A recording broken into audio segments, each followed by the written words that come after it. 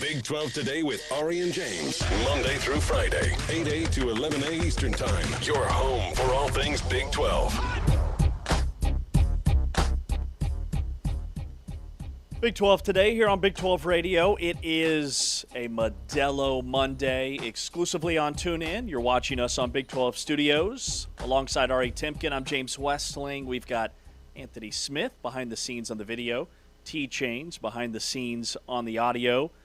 Big 12 Radio is brought to you, the full-time fan, by Modelo. And the NFL Draft results are in. A record-setting 38 players taken in this weekend's NFL Draft. We've got really a full draft review show today until hour number 3 when we pivot over to our full court review. Modelo's Big 12 basketball team recaps. We'll hit on Houston today. And one of the guys, one of the players that was drafted over the weekend in that massive 5th round for the league where 1 billion guys were taken from the Big 12, we will have former speed skating champion and Arizona State cornerback Keith Abney is going to join us. He was taken by the Lions in the 5th round. He's been at Arizona State for the last 3 years, so he'll be with us at 7:45 Central Time. But, Ari, good morning. Before we get to all that, how was the weekend? It was great, thank you. I went camping this weekend. Got a big camp out next weekend for the 4th graders. Excited about that. And also had committed to joining your class today and then decommitted earlier this morning. You entered the portal. Yeah. You entered the portal this morning, so I'm left scrambling. What will I do with all that time? I had you blocked out for a full 3 hours. Man, I wish we would have dated. It would have been great and easy to cancel dates with you. You couldn't have been nicer about it. Just pivot. Just a little pivot. It was almost as if you expected me to bow out of it. Well, to be honest, I thought, he's probably really tired. You had the camping trip. We had a full day of youth basketball yesterday, so it didn't surprise me. Now, was I fully prepared for you to bow out? No. But there's always a plan B, and we'll figure it out. Yeah, no, I appreciate that. I've committed. I've been working on this awards gala for a company out of Richardson called Half, which is a engineering firm. And so I'm later this week going to be emceeing their awards gala. And it's really something I've never done before. It's certainly within my skill set, which is to talk in front of people. That's about it. It's my only appreciable skill set. But I've had to prepare a lot of writing for it, and I think last week when I committed to doing your class, I was figuring I'd be a little bit further ahead than I actually am. So the award ceremony is this week. What is the topic? Is this, I'm guessing half isn't half of a football. It's not a sports. No, yeah, it's named after Dr. Half, who is the original engineer that put together this group. What's amazing is like how many things in life that exist that we probably take for granted, just what goes into like building them. Oh, yeah. And like roads I'll start right there.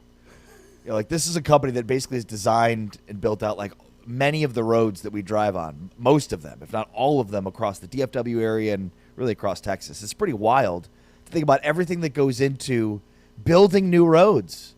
And like they just designed a floodplain for the city of Houston in 2026. So like I'm handing out an award for that. It's like, how on earth has it taken this long for a city of Houston to get a full-on floodplain? Like that's life-changing stuff.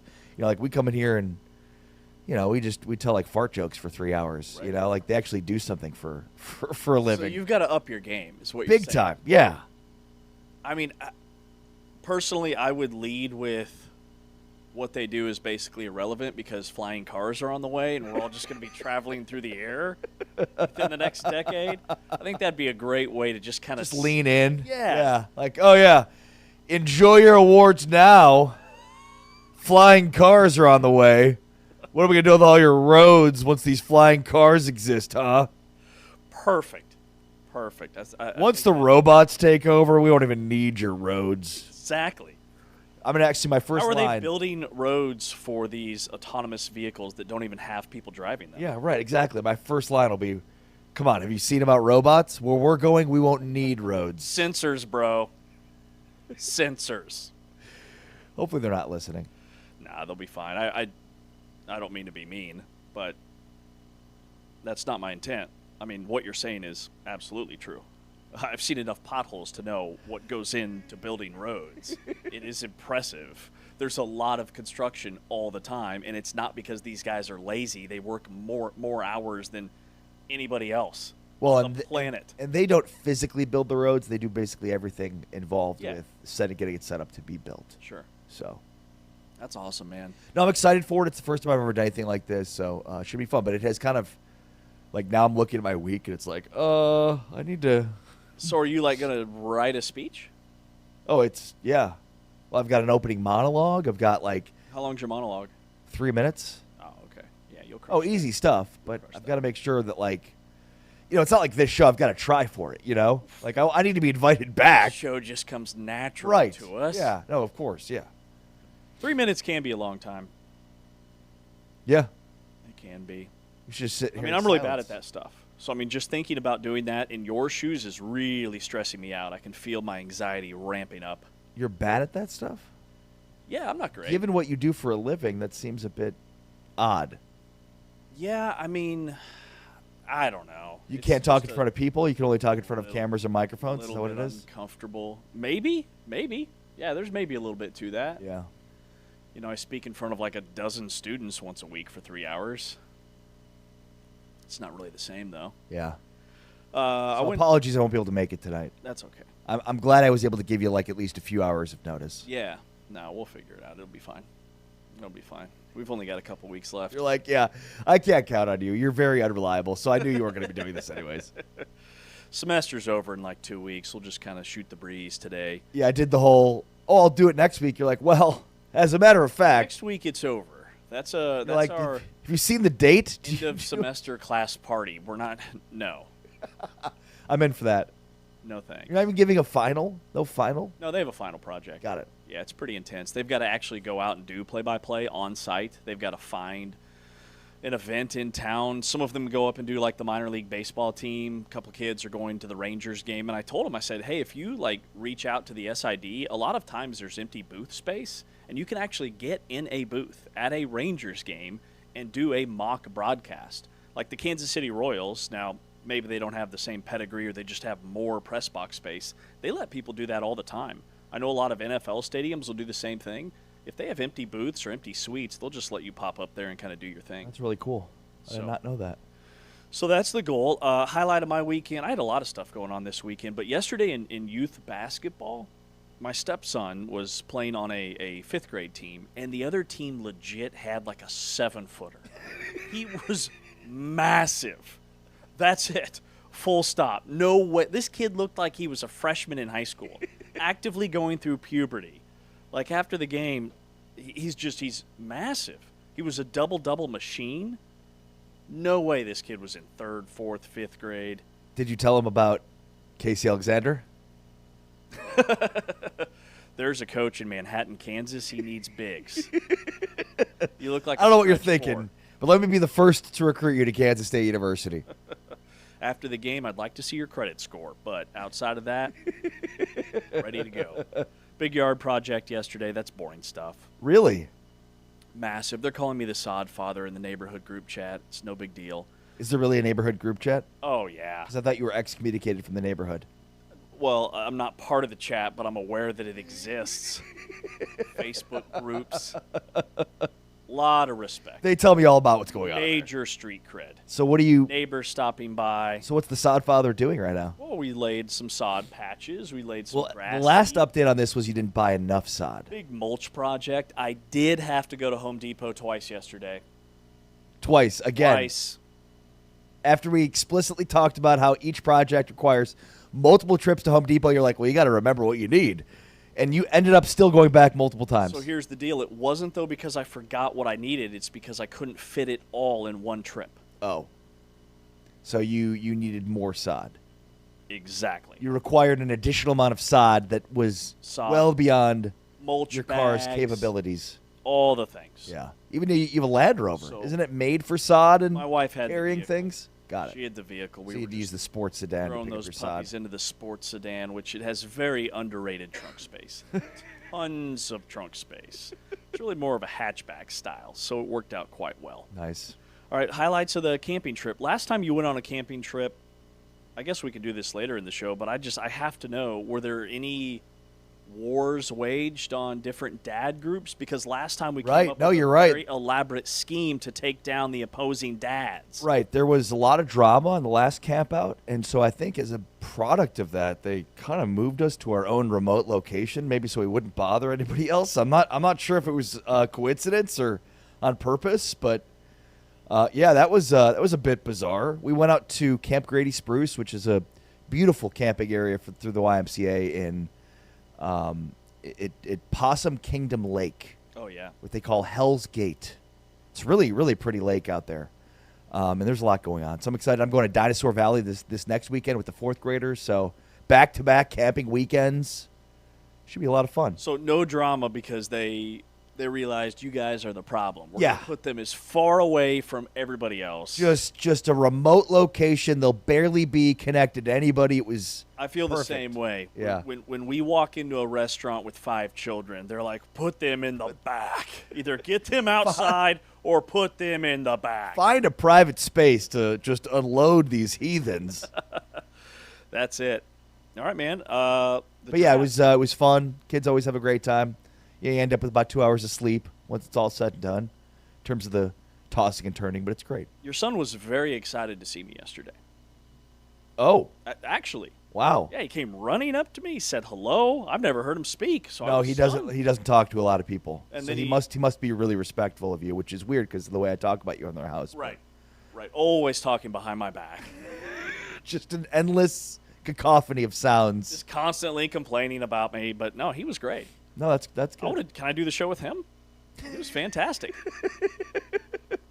He was a delight. If you're ready for a show in which he's just going to constantly ask you which former NBA player is better than the other one, or the other one I get is like, was Aaron Rodgers better than like Lawrence Taylor? And it's like, whoa, how do I? First of all, quarterback, defensive, come sit down. I've got a lot to explain to you. Yeah, those sound like amazing conversations. I would love nothing more than for him to sit and just ask me, is this NBA player better than this one? I Yeah. could do that for 8 Is hours. this but then you get down to like positional groups. It's like, well, is this value better than the other? And the problem is like 2K, they teach them now that all the players that play to now are way better than the old players. Wait, 2K what? NBA 2K. Yeah. Yeah. So like, all of the new players have higher rankings than like the old players, which is bizarre to me. Right. It's like basically if you played today, like James Harden's like one of the best players in the game. It's like, but he's never won a championship. He's not even that good. He tends to crumble in the biggest moments of the playoffs. Yeah, he's like a 97. Then you've got like Wilt Chamberlain, Yeah. who's an 85 overall. It's like, what? The guy scored 100 points. Yeah, Michael Jordan, he's like a 70. Huh. Okay. Weird. Wonder why kids know nothing. It's you know? impossible to compare. It's impossible to compare like generations because the players, like their bodies were so different. What we eat is so different. They didn't have the strength and conditioning programs that they have today. Right. No, yeah. It's Like you can't. It does not make sense. There's no like equivalent. Well, you just have to go with the players that dominated within their era. And so even though it's, maybe harder, quote unquote, to dominate in this era, you have to look at the players that are better than their counterparts in the same era. Yeah. Like there's going to be another MJ. There's going to be another LeBron. There will never be another MJ. There'll be plenty more LeBrons, though. That's fair. Dime a dozen. That's fair. LeBrons. All right. On this Modelo Monday, the highlight is that the Big 12 crushed it this weekend in the draft compared to previous drafts from the league. A record-setting 38 players were taken from Big 12 programs, the most ever in conference history. The previous record was 35 when Texas and Oklahoma were in this league, by the way, back in 97 and 2003. So just big picture, like Texas Tech leading all schools, they had 9 guys taken. That exceeded kind of the bar that I had for them. I thought 8 was the number. I would have set the number at 7.5 or 8.5. Either way, they beat it with 9 guys. Well, yeah. I mean, this is a remarkable output for a conference that, when Texas and Oklahoma bolted, we weren't sure what the draft outlook would look like for this conference. And when you think about what this conference is now doing, it's also when you distill the 38, basically 19 are from all of the newest members, and then another 19 are from the contiguous the members that have been here throughout. And so it's a great split about, down the middle basically in terms of the UCFs, Arizona State, Colorados of the world, and the Texas Techs, Kansas, Baylors of the world. Pretty remarkable to see that in terms of just the divide. And then also the growth when you look at, where the conference was. Basically in 2017, the Big 12 had 14 draft picks. Wow. The ACC had 33. The Big 12 had 22 draft picks in 2021. So back in 2017, James, the Big 12 has grown 171%, getting 14 draft picks to 38 in 2026 over basically a 10-year period. Yeah, that's 171% growth. So a remarkable story when you consider where the Big 12 was and where the Big 12 is today in terms of NFL talent. And not just, 9 picks in the fifth round. You briefly mentioned that, a remarkable fifth round, but also, a lot of high-end picks. So you balance, a ton of first-round picks, a ton of top 10 picks, along with just picks throughout the draft. It shows you just the variety and depth of this conference. So 7 different Big 12 programs produced 11 selections through the second round. So in the first 2 rounds, you had 7 of the 16 Big 12 members that had a guy drafted. We went over the first round stuff on Friday, 6 guys taken there, 2 from Utah. David Bailey goes second overall, 2 from Arizona State in the first round. But I thought it was a really nice second round with Stooks going at 38 to the Raiders. Jacob Rodriguez comes off the board at 43. He'll team up with Caleb Douglas. Miami must have really enjoyed Lubbock, Texas, and their pro day because they take 2 Red Raiders with Jacob Rodriguez and Caleb Douglas later on. So in the second round, you had 5 guys drafted: Lee Hunter, Jake Gaudet, Bud Clark. The third round was quiet. There were only 3 guys, and I thought, okay, we're not pacing to hit that number. But then the 5th and the 6th round, Big 12 players all over the board. Well, and how about Arizona getting 2 players in their defensive backfield, both of their safeties, to the Las Vegas Raiders. The Raiders took Tre'Davious Stooks and then later on selected Delton Johnson. So they basically are going to have their all-Arizona secondary. I thought Keith Abney, and he'll join us later on. Like, man, what a steal for Detroit to get him in the 5th round. I thought this is a guy that could go much higher than that. And then there's certainly some surprises. Baron Morton getting drafted when Sawyer Robertson and Jalen Daniels did not get drafted. Dallin Bentley getting drafted. Just a couple of he was picked 256 out of 257. So yeah, 5th, 6th, and 7th is where a ton of the 38 came off the board. But I think when you factor in what the Big 12 did in the top 100, and especially what Texas Tech did in the top 100, Texas Tech is the story here, because they're doing something that seems to be only being done at Georgia and Ohio State. They are the favorites to win the Big 12 in this upcoming season for 2026-2027, while having 9 players drafted, and how many of those were in the top 100 of the draft. Mm-hmm. So, just top-end talent, and they're once again considered the favorites of the Big 12 and have the best odds-on betting favorites to go undefeated in college football. Texas Tech with 9 players selected in the NFL draft. That tied for 4th most in the country. And just a little Big 12 radio fun fact, Texas, the Longhorns, only had 6 guys taken over the course of the draft. Texas Tech with 9, the second most in the state of Texas, behind only A&M, who had 10 players taken in the NFL draft. The NFL draft, the results are in a full deep dive breakdown coming up next. Some of the biggest surprises, some of the best fits, top players that didn't hear their name called but have already signed as undrafted free agents. He's Ari, I'm James on a Modelo Monday. We are powered by Modelo, exclusively on TuneIn and watching us on Big 12 Studios.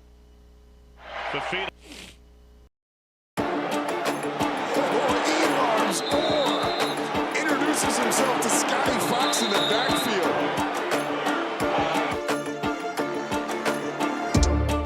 Horned Frogs show pressure. Kevin Jennings retreating. Bottles up and now goes down to the 5. Under the red zone. And down he goes. How about those active ends and linebackers, huh? Caleb, the alarms are all over the place. This kid can play. Senior from Hayward, California. Option to the wide side. Connors, great play. Alarms are again. That young man has just been outstanding all day.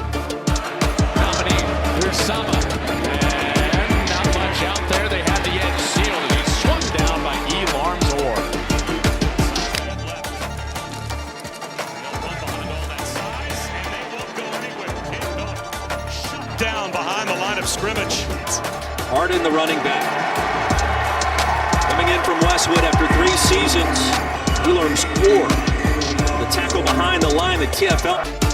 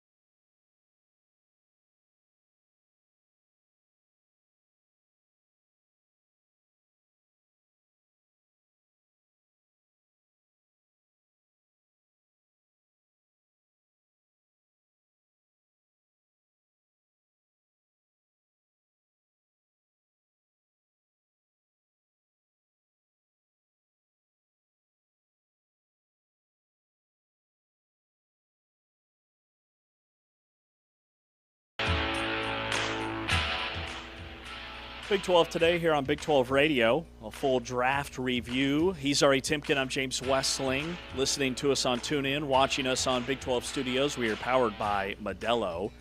Want to share this SEC numbers guy on X noted that Texas Tech defeated a combined 8 draft picks in their entire 2025 season.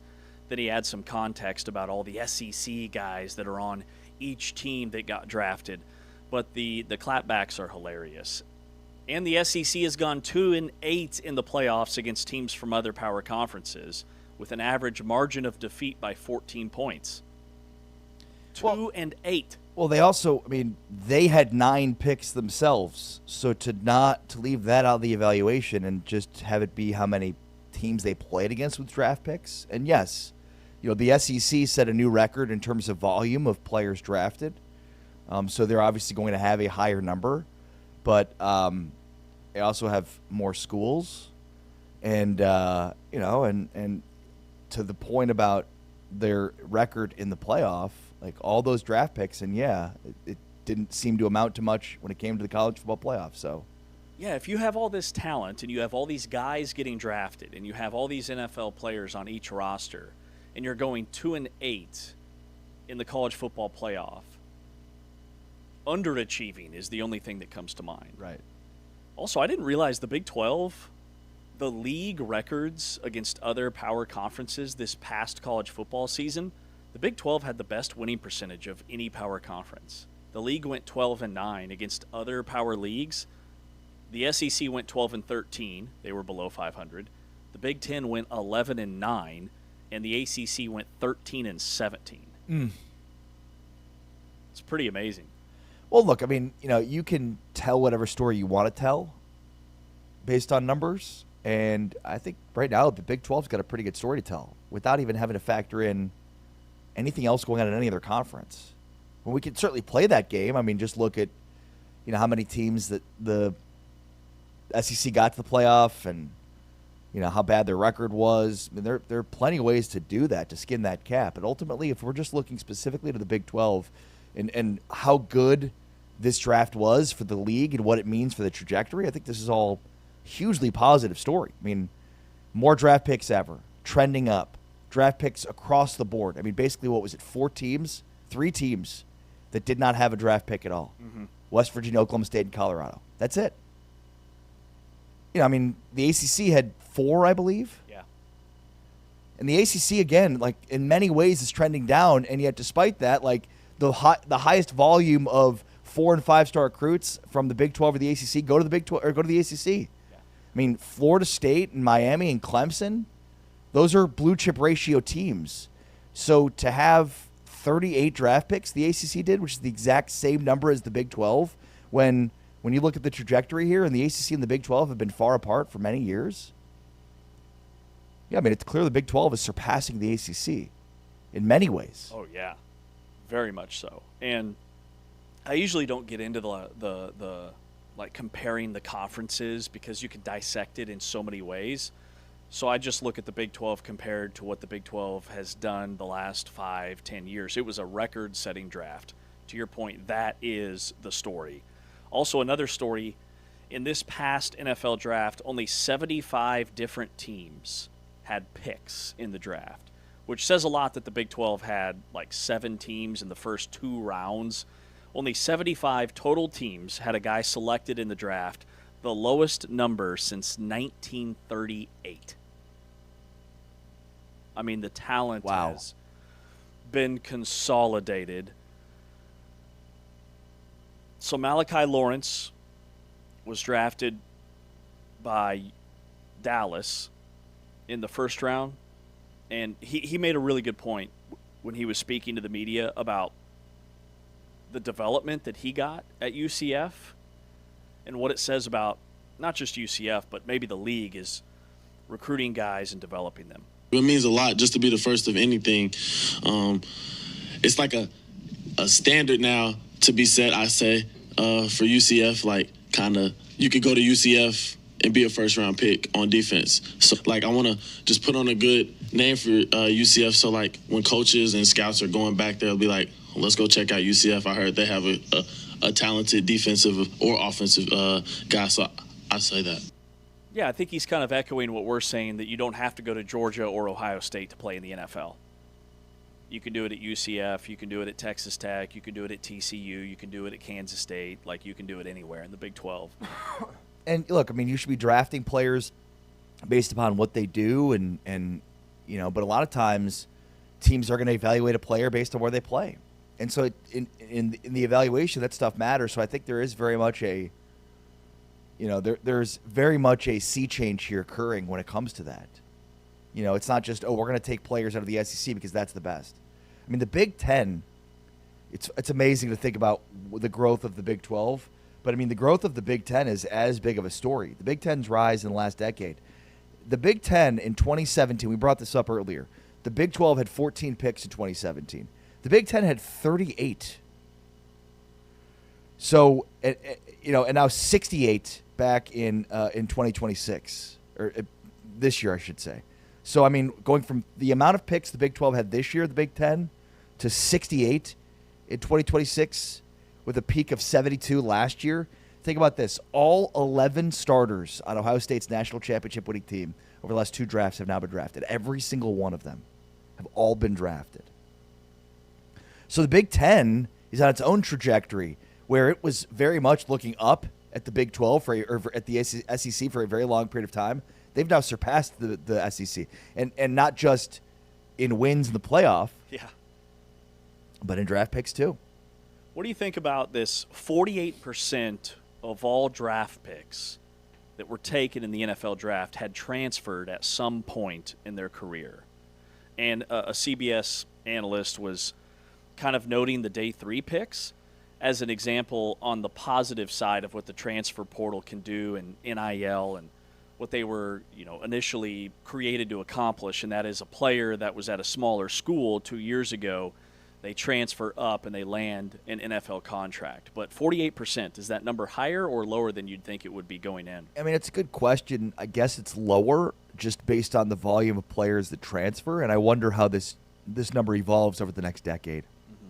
I think it's far too early to tell yet what the impact will be on the transfer portal at NIL in terms of not just draft output, but success. Like, not just how many of these players are getting drafted, but how many of them get to a second contract.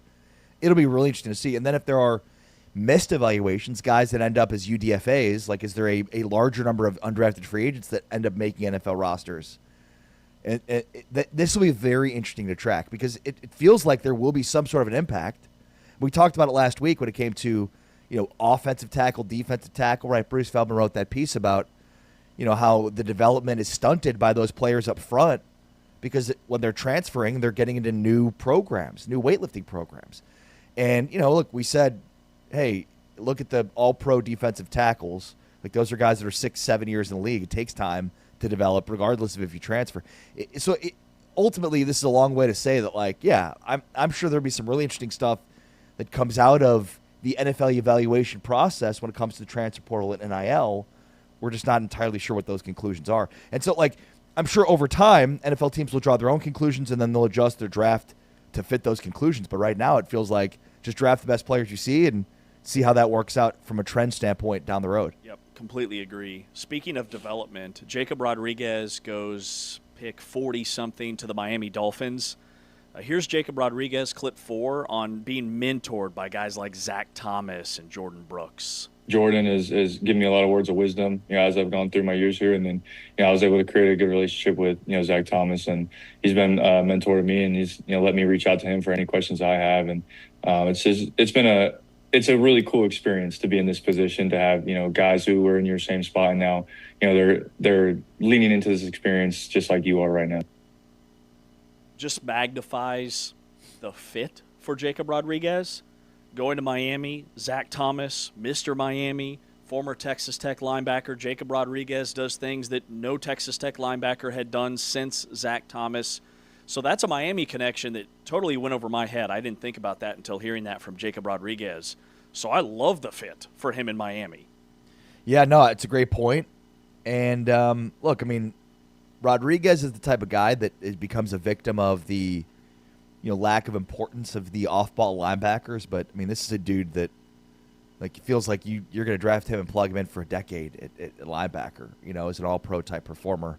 I mean, a guy that got better every year, that played his best when he had the best team around him that he'd ever had at Texas Tech. Like, these things aren't coincidental, and it's important that, like, when you get to the NFL, there's a good chance you're also being a scheme with a lot of talent around you. We'll see what happens to the Dolphins, but I project Jacob Rodriguez will end up being a steal in this draft. Yeah, and we aren't the only ones who feel that way. Michael Robinson of NFL Networks, this is what he said about the pick. Jacob Rodriguez, linebacker, Texas Tech. I ain't worried about MJD. Jacob Rodriguez, though, this dude is legit.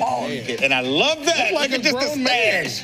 Stash, no beard. I love it. They look like a grown man. Look at that, man. Grown man business. You talk about 100. He averaged 127 and a half tackles the last 2 seasons. That was an average, okay? 25 and a half TFLs over his 4-year career. 6 interceptions, 4 of them things last year, bro. Yeah. So he understands how to drop, understands with the quarterback and what opposing offenses are trying to do.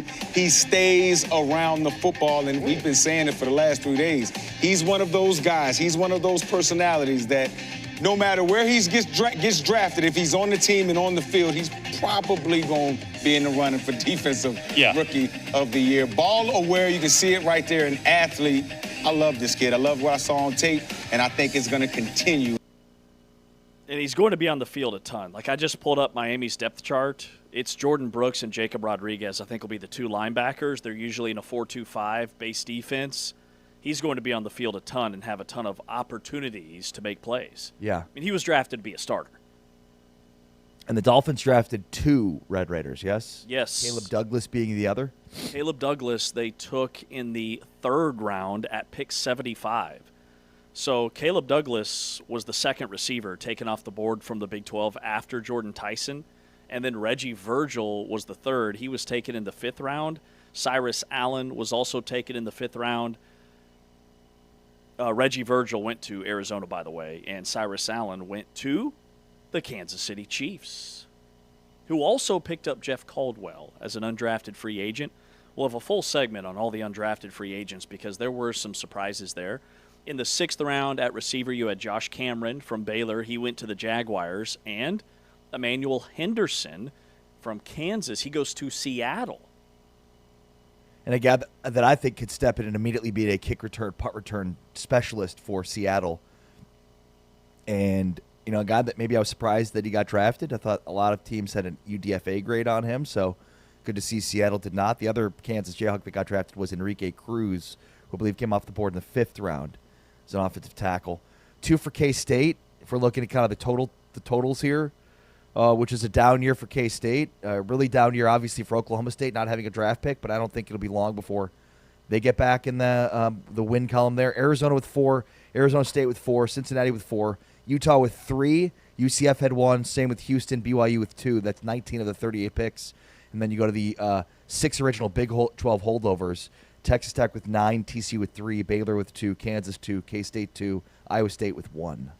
I will say that the biggest surprise the entire draft in terms of Big 12 guys that went below their projection was Sam Hecht from Kansas State. 5th round pick. In the 5th round at pick 144. He could have been as high as a 2nd or 3rd round pick. That is a steal for the Panthers. Yeah, I mean, I thought, you know, the Bears who were interested in drafting a center, I thought Sam Hecht would be a good fit for them. They instead go with Logan Jones, the center from Iowa, and drafted him in the 2nd round. So, yeah, I'm with you. And he was the first center off the board. So, I mean, the problem, as we talk about kind of off-ball linebackers, centers, there's just not a ton of value in them, unfortunately. And they're always going to be drafted lower. And that's where Hecht is one of the top 3 centers in this draft, in my opinion, and ends up going 5th. Yeah. Keith Abney, Detroit Lions cornerback, we can now say officially. The Arizona State Sun Devil that was taken in the 5th round. He will join us coming up next year on Big 12 Today to talk about the draft process. This kid is super excited to play in the NFL. Keith Abney, the former Sun Devil, after this timeout. He's Ari, I'm James, and this is Big 12 Radio.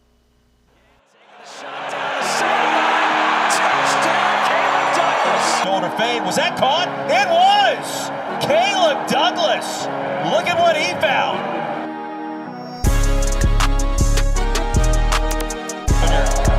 Horton the other way. Pass corralled by Douglas. A first down and another big play. There goes Douglas. Inside the 25. He's been a big play machine. A gain of 43 more. Final 30 seconds of the quarter. 2nd down, throw to the end zone. Douglas. Touchdown, Texas Tech. What a drive. Morton long throw to the sideline, and the catch is made. Another missed tackle, and Douglas is free inside the 20 and inside the 15. 14 touches, almost 90 yards. Back shoulder fade. Was that caught? It was! Caleb Douglas. Look at what he found. Baron Morton wants another touchdown for the road, and he's got it for Douglas, who finds his own camera on a touchdown.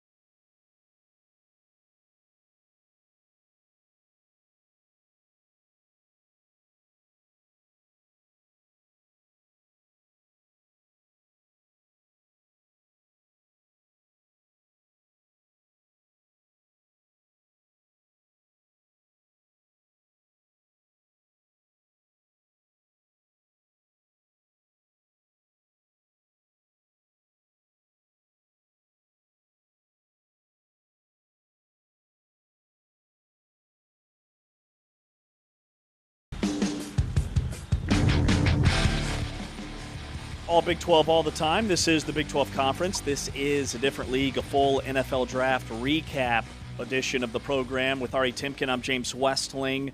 Nobody had more interceptions the last two seasons at Arizona State than Keith Abney, who goes in the fifth round of this weekend's NFL Draft, pick 157 overall to the Detroit Lions, and he joins us now here on Big 12 today on Big 12 Radio, watching us on Big 12 Studios.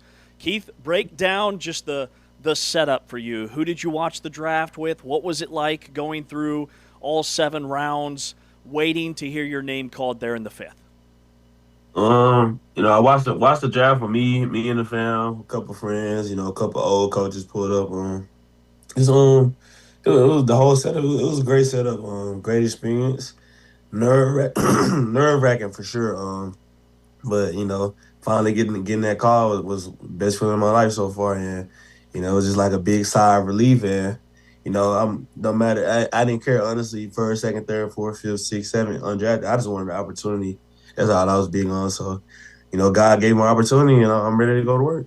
Yeah, first off, Keith, congratulations. An incredible accomplishment to be drafted. I mean, when you think about only 257 players get drafted every year, it is remarkable to get drafted. And look, there are a lot of guys that make the league that go undrafted, so shows you the kind of work that needs to go into keeping and maintaining an NFL career. But when did you know Detroit? Did you have a sense before this draft that the Lions may be a good landing spot for you? Nah, man. I honestly didn't have no clue. Like Detroit, we talked briefly, had a great meeting, a little slight interactions during the combine, had great meetings, like a Zoom meeting. But besides that, wasn't that much. Like, you kind of got the teams that you talk to more, and you're like, okay, you got to feel that they might come get you. But it was a shock for me. But it was a perfect fit. I just felt like Detroit, they already had their elite DB player. I feel like they didn't, maybe wasn't gonna go a different route in the draft. But I'm so glad that they came and got me, man. And I feel like just the culture of that team, just the people there, and the way that the brand football they play physical football, play like old school football almost, and I feel like I fit right in with that. Talking with Keith Abney here on Big 12 today. He intercepted a pass in the Big 12 championship game against Iowa State 2 years ago, then first team All Big 12 this past season. He is a Detroit Lion. So you said, Keith, that like you talked more to some other teams. Yeah. So were the Lions a top 10 team that you talked to in terms of how much they knew about you? And then I'm also curious, like, who made the phone call? Who was the first member of the Lions that you talked to? So it was a GM that called, and then obviously I could say they were top 10. But it's more like not that they didn't know about me. It was just more maybe they were just keeping it a secret, not thinking I was gonna be there for them. Like that was the first thing they said. Like, I'm surprised you're still here for us to pick. And I just told them, man, it don't even matter. Let's get to work. But yeah, the first person I talked to was the GM, and it was a perfect fit. I remember my corners coach saying, the Lions asked a lot about me to him, and then even my defensive coordinator and coaches at the school, but they just never talked. They didn't talk to me as much personally, I'll say. I'm curious why you ended up going to Arizona State. You went at a time when not a lot of people were going there. There was not a lot of winning going on. Why'd you stick with Arizona State, and what was it about Kenny Dillingham? One, loyalty. They loyal to me, gave me the opportunity that I needed when then I was committed to Utah State and got the Arizona State came in and gave me that Power 5 at the time Power 5 opportunity. And then Coach Dillingham, just great coach to be around. Somebody that's gonna push you on and off the field just to be a better person, better man. Just helped me grow and develop to the person I am on the day. Then just the coaches around, the people around, just having that genuine care for you. That's big. Just having people that genuinely want to see you win and succeed, and that's gonna push you every day. And I feel like I had everything I needed at Arizona State, and didn't really need to go nowhere else. Like everything I needed was right there where I was at. So you only got one Power 5 offer, and it was from Arizona State. Is that right? At the time, like that I could go to, like because offers like they fill up and people commit, so they only take a certain amount of people. So yeah, that was the only school I can go to at the time. Well, from Waxahachie, it's sort of surprising to me that none of the Texas schools would have offered. And I'm assuming that was Dillingham, right? So Dillingham has really always leaned into the Texas to Tempe thing. For sure. Coach Dillingham and Coach Carrington, those were the top two. And then he had Coach Samples at the time. He's from Dallas area. And so it was them three really was start Texas to Tempe for real. That was the starting three, yeah. Talking with Keith Abney here on Big 12 Radio. He's headed to the Detroit Lions, drafted in the 5th round. All right, we've got to ask about the speed skating. You started skating at age 2. At age 5, you're on a Dallas area speed skating team. You win the first of 4 national championships at age 9. And I understand, like, you were setting national records in speed skating, and then you shifted to football as your primary focus during COVID. Man, how did speed skating How did you get into that, number one? And number two, how did that translate to making you the football player that you are? Yeah, so how I got into it was going. My granny had a daycare. We used to go on field trips, and every week we was going to skating rink on Thursdays and just going there. We racing. Honestly, you was racing for candy. Like I'm trying to win. I'm trying to win candy. So I was just going to win the candy, and I was just faster than everybody. And then the rink owner just kept seeing me winning and winning. He was like, "Yeah, you should try. You could be real good at it." I never heard of it either. So I was like, "Okay." Yada yada yada. Ended up going to he connected us with a team nearby, going to coach practice and start going to the meets. And I just started winning. I was just it was kind of like natural a little bit. And then the more I did it, I just kept getting faster and faster. Just ended up winning championships, setting records, and it was crazy. And then how I could translate, I say like obviously lower body strength, like your leg strength, having that, and then the balance, being able to have good balance, good core. Ankle stability. I feel like it translates in a lot of ways for sure. Yeah, and I mean, how much did it come up in the draft process? I mean, every team that you spoke with, did it come up? Yeah. And did they ask you? Team, yeah, every team. Yeah. Did they ask you what you felt like were the biggest, translatable parts of it? Yeah, they were just trying to see the correlation and just asking like the background of it, how I got into it. Pretty much the same questions. I mean, to me, it's just remarkable. Like, yeah, getting drafted in the NFL draft is one thing that only 257 people get to accomplish every year, right? So, I mean, that's a low number of people on Earth that do that. There's also a very low amount of people on Earth that have won, like, national championships in inline skating. Nah, for sure. It's incredible. Yeah, it's a blessing. Yeah, it's a blessing for sure being a part of that low amount of people. And I think I think somebody said I'm the first skater / football player. So, hey, I'm all here for it. So this past season, opponents completed only 44% of their passes when targeting him, fourth in FBS among corners with 60-plus targets. Keith Abney's with us here on Big 12 Radio. All right, Keith, so at what point in your life did you realize, like, hey, I might have a shot to play on Sundays? Like, I might have a chance to play in the NFL? When I was 4. So when I started playing football, the goal was always the NFL. Like, that was wow. I always knew I was going to the NFL. Like obviously got to put in the work and stuff for it, but that was always my main.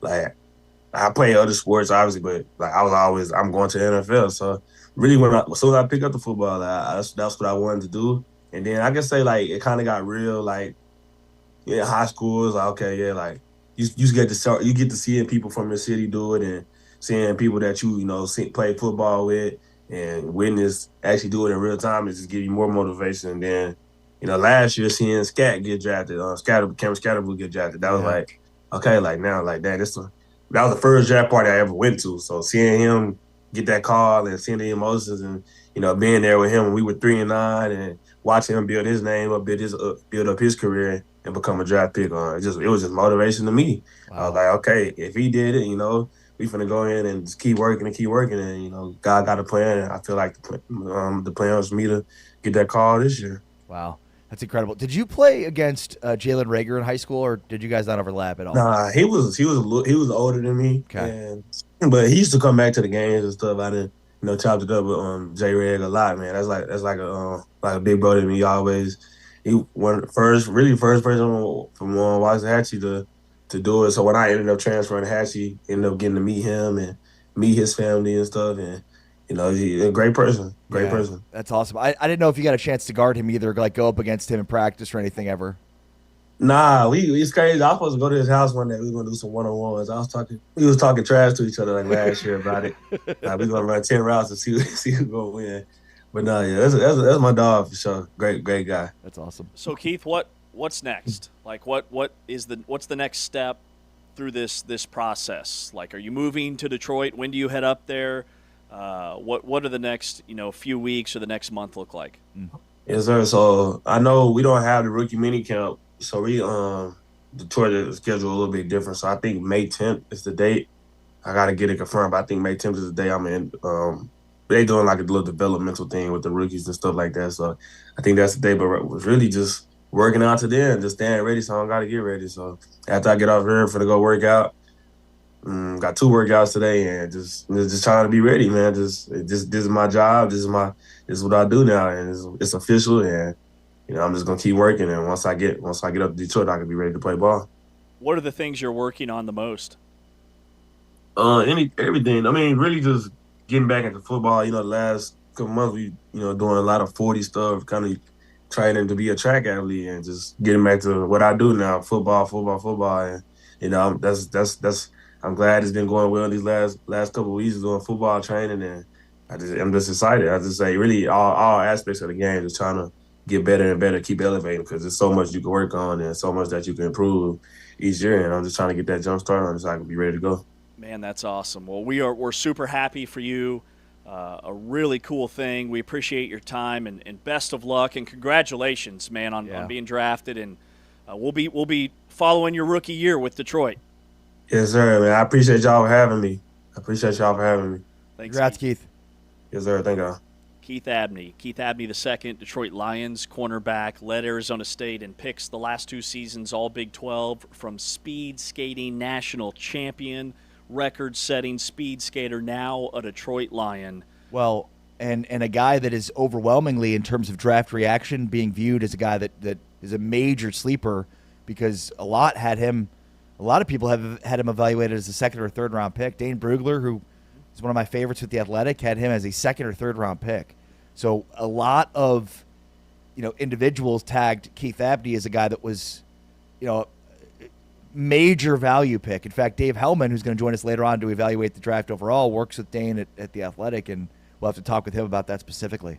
Yeah, in the Detroit local press, they're all over this as being a major steal for the Lions. He's expected to be a starter as that slot corner for Detroit this upcoming season. That was Keith Abney, former Arizona State corner, taken in the 5th round. All right, coming up next, what does the NFL draft say about the Big 12 pecking order?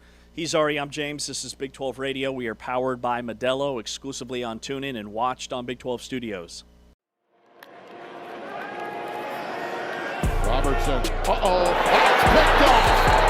Keith Abney with the pilfer.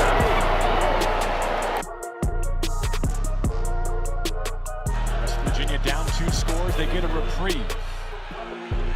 Jacob Barrick fumbles. And able to get it back. So on back-to-back plays as Keith Abney jars this one loose. From the 24. Blitz coming. Pennington steps up. And he goes down. Keith Abney the second. The corner blitz for the Sun Devils. So far, ASU has not surrendered a gain of more than 10 yards. Here's one that could happen in a hurry. Knocked out. A fumble recovered by Miles Rouser. Timeouts left for Rich Rodriguez. This is a must-have. 4th down and 4.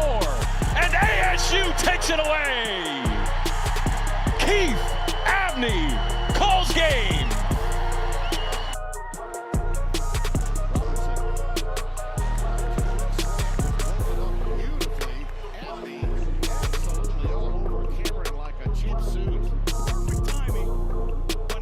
He needs 4. Handles a high snap. Lets it go. Right pylon. It is incomplete. Chris Don the target, and a matchup of ones. Keith Abney wins this round.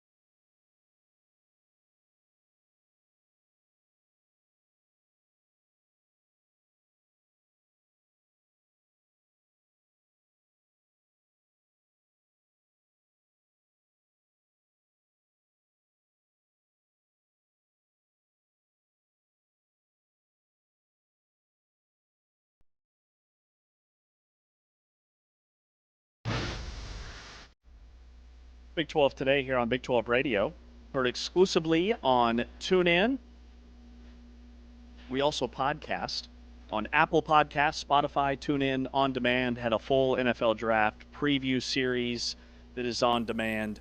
We are brought to you, The Full-Time Fan, by Modelo. We will have David Hellman, who's the co-host of the Athletic Football Show, works for The Athletic. He's going to join us later on this hour here in like 40 minutes or so. But what the draft says about the Big 12 pecking order, because Texas Tech, you know, the Big 12 finishes with 38 draft picks. 9 came from one school. A new conference record, a new Texas Tech record. Texas Tech's 9 picks matched Clemson and Miami, tied for 4th most in the country. Big 12 had 6 first-round picks, 3 in the top 10, but there's kind of like a haves and have-nots with the Big 12, because you did have, and you touched on this during the interview, 3 schools that didn't have anybody taken. And there were only 10 power conference schools in the country that didn't have any picks, 3 from the Big 12, West Virginia, Colorado, and Oklahoma State. Now, I think that'll change in the very near term with Oklahoma State and West Virginia and Colorado. But, like, what does that say about maybe the separation in the league? Well, I mean, look, I think at the top is Texas Tech. And when you look at the hierarchy, you know, that's not a coincidence. What I think will change every year is what other teams are a part of that conversation. I mean, you had 8 in the state of Arizona, 4 between Arizona and Arizona State, right? 4 each for them. Do we expect that next year that Arizona State will have 5 or 6, or Arizona will have 6 or 7? Or do we expect that next year maybe Houston will have more than they had this year, which is 1 with Kozel? And do we expect Cincinnati to have 4 next year? Probably not. I expect BYU to have a lot more this upcoming year than it had this past year. So, yeah, I mean, I think basically if you look at the hierarchy of this conference, you know, the 9 picks for Texas Tech is something that I expect to grow. I expect that we'll see, you know, at the top of the rest of the league, a bunch of teams over the next decade. So I don't know what it says about the hierarchy other than Texas Tech's at the top of it. The other thing is, like, the Big 12 is now adding more and more 4 and 5 stars than ever before, right? With Texas Tech, Houston adding Keyshawn Henderson this year, BYU adding Ryder Lyon, right? So I think, like, the idea that 38 is, like, you've topped out here, like, to me, 38 is a good starting point for the Big 12, because the Big 12 is not going to be far behind many of these other leagues, you know, when it comes to the growth of the draft picks. I foresee, you know, 40 to 50 next year. I'm going to project it. The Big 12 is going to have 40 to 50 players drafted next year's draft. We had 38 this year. I would take the over on 40, definitely. The recruiting rankings, there's an uptick there. Texas Tech had more transfers that got drafted. Texas Tech and Indiana were tied for the most transfers that got drafted. 48% of every single pick had transferred at least once in their career. You know what else the draft told me? BYU only had 1 guy taken, Jack Kelly at pick 193. This is a program that's won 11 games back-to-back seasons, and they only had 1 guy taken. I don't think that's a knock on their talent or development or anything like that. It tells me that, like, BYU has a ton coming back for this upcoming season. Right, and a reason maybe they should be the favorites of the Big 12. But again, like, Texas Tech has the talent to be considered at the top of the Big 12 while simultaneously having 9 guys drafted, right? Like, that's what Georgia and, you know, and Ohio State are able to do every year, right? Get double-digit guys drafted every year and still be number 1 in the preseason polls. So Texas Tech isn't quite there, but they're in the conversation. When you get 9 guys drafted, you set a record, including, you know, the 2nd overall pick, and, you know, and you're still the favorites in that conference. So I mean, this is where Texas Tech is going.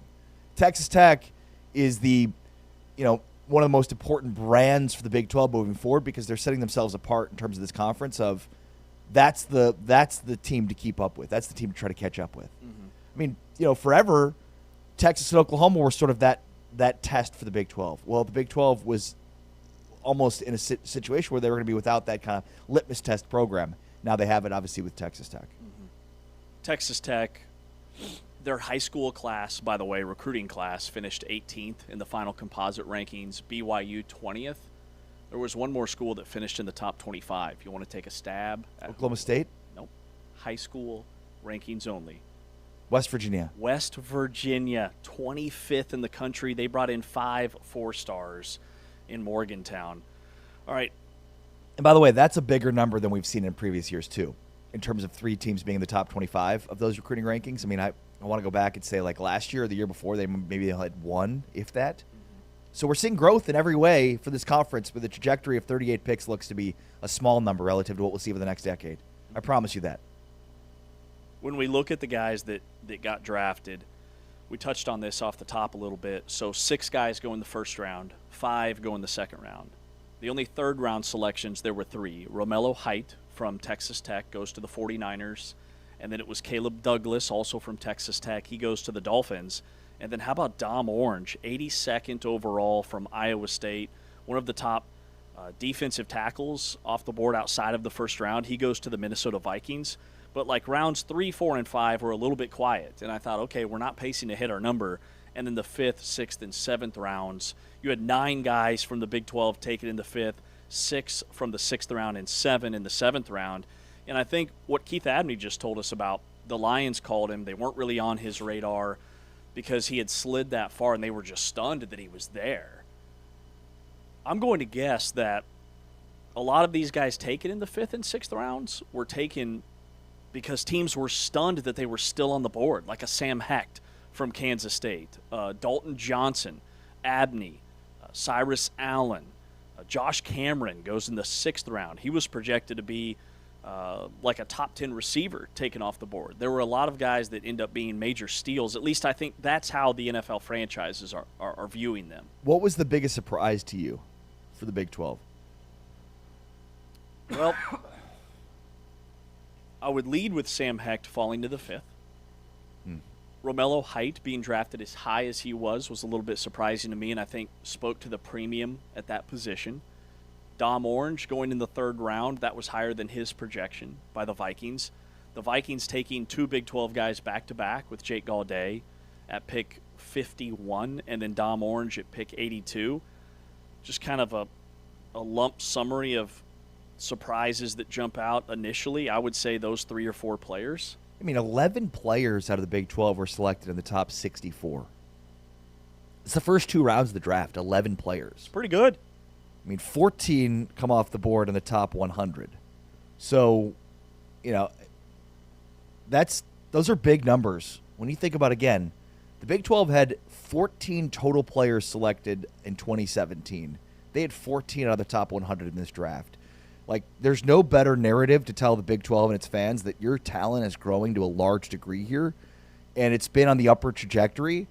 And, you know, again, like, if you're buying stock, the Big 12 is a really good stock to buy because, like, these numbers are only going to continue to increase. There was a period of time where the SEC or the Big 10 or even the ACC could sell the rest of the prospects on, like, you go to the Big 12, you got no shot at getting drafted. Well, that time has passed. And it's clear as day the type of impact the Big 12 is having. I mean, 11 picks in the first 2 rounds, those are big-time numbers. Do you think Texas Tech, having the 4th most picks nationally, we know it helps Texas Tech, but in what ways could it help the conference overall? Well, just the idea that, like, you can go to the Big 12 and get drafted. Yep. You know, I think, like, there was a period of time in which it was a question mark. I mean, 14 total players in 2017? I don't care how many teams in your league. That's bad. It's real bad. So to grow from that to 38 over the next decade, and now we start to think about, like, what will this thing look like in the next decade? I could see the Big 12 being on pace with the SEC and the Big 10 by that period of time. I really do. Is that crazy? I mean, we're only going to have a situation in which less and less teams have players drafted. I mean, this is all consolidating, you know, at the top of the food chain here with the teams that have the money to spend, and that's the you know, top 4. You know, it's funny because everybody's like, oh, it's more of a power 2 than it is a power 4. And it's like, well, I mean, you look at the draft picks, it's a power 4. Yeah, you might have, you know, it's skewed towards the top with the power 2. Yeah, I mean, there's more players getting drafted from the Big 10 and the SEC, but, like, just look at the top 4. How many players drafted out of the ACC, the Big 12, the SEC, and the Big 10 relative to the rest of college football? That's a much larger number. Yeah, only 75 teams had players drafted at all. the fewest number of teams ever. There was no FCS player taken at all in the entire draft. You had the kid from Nigeria who's never played organized football, drafted by the Eagles in one of the late rounds. Remember the guy that tested just ridiculous numbers? He's like 300 pounds and runs a elite 40 and has zero body fat. It's insane. Looks like he was made in a lab. And then you've got, so the point I'm making is like the gap between the Big 12 and the ACC versus the top two in the SEC and the Big 10. Like those numbers from the SEC and the Big 10 aren't surprising. It's a power conference versus everybody else thing. When you've got very, very few group of five guys getting drafted, no FCS player drafted. That's the first time that's happened since the FCS existed. It is very much concentrated at the top. Well, and you know, I mean, look, when NFL teams are looking at tape, you know, they're judging the abilities of a player based on who they're playing against. So that's why this stuff matters. That's why 9 players drafted for Texas Tech matters a ton, right? Like the guy that was commenting on the SEC basically saying like, well, he only played against 8 other draft picks. Yeah, but that team had 9 draft picks on it. Like, what are we talking about here? Out of 22 starters, 9 of those guys got drafted, and some of them are going back to college, so they couldn't have gotten drafted. Also, the 2022 Iowa State defense, saw this from our buddy Brett Bloom. That 2022 Iowa State defense had 9 starters that ended up getting drafted. 9 guys.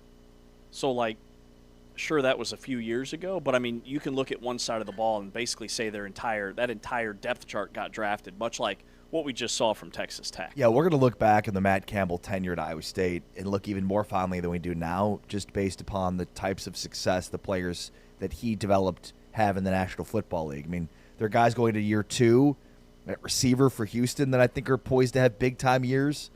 So, yeah, I mean, and Dom Orange is a guy that I thought, you know, it's made sense where he was drafted. So, yeah, I mean, I think, you know, when push comes to shove, you get further on down the road, and you're like, man, look at all these impactful NFL players that all came out of Iowa State. Mm-hmm.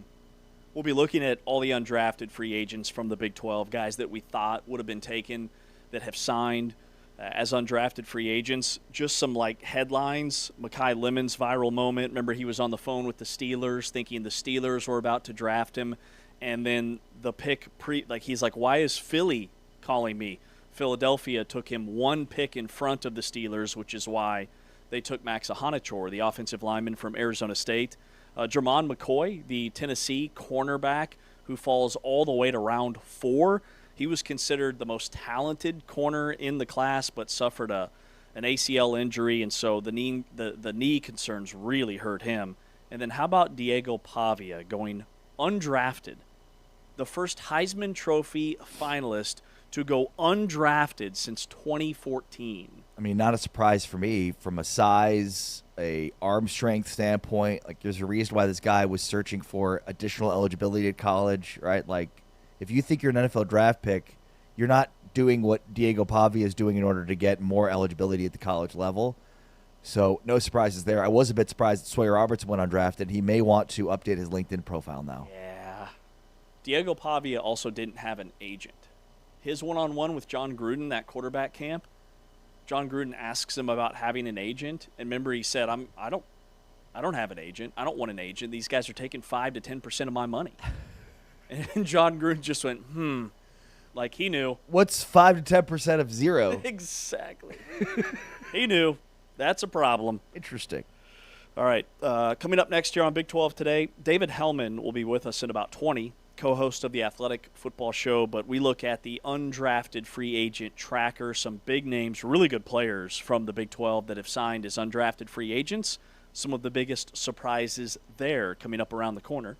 He is Ari Timken. I'm James Westling. This is Big 12 Today, a Monday edition here on Big 12 Radio.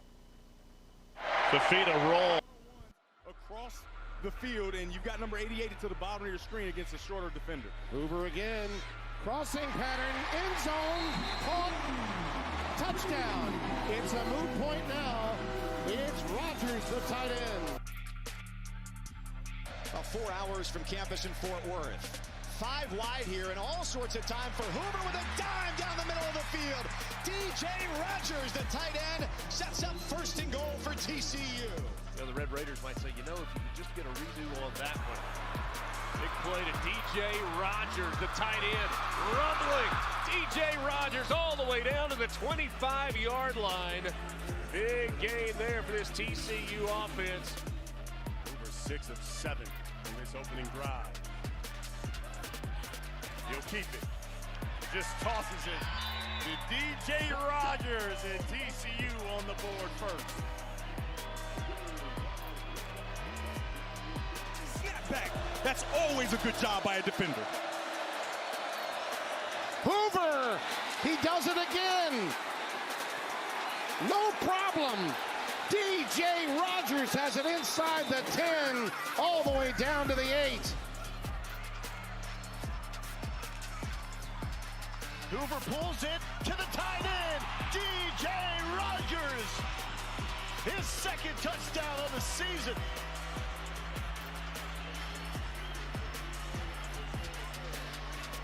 The backfield as it was Barnes by himself for a moment.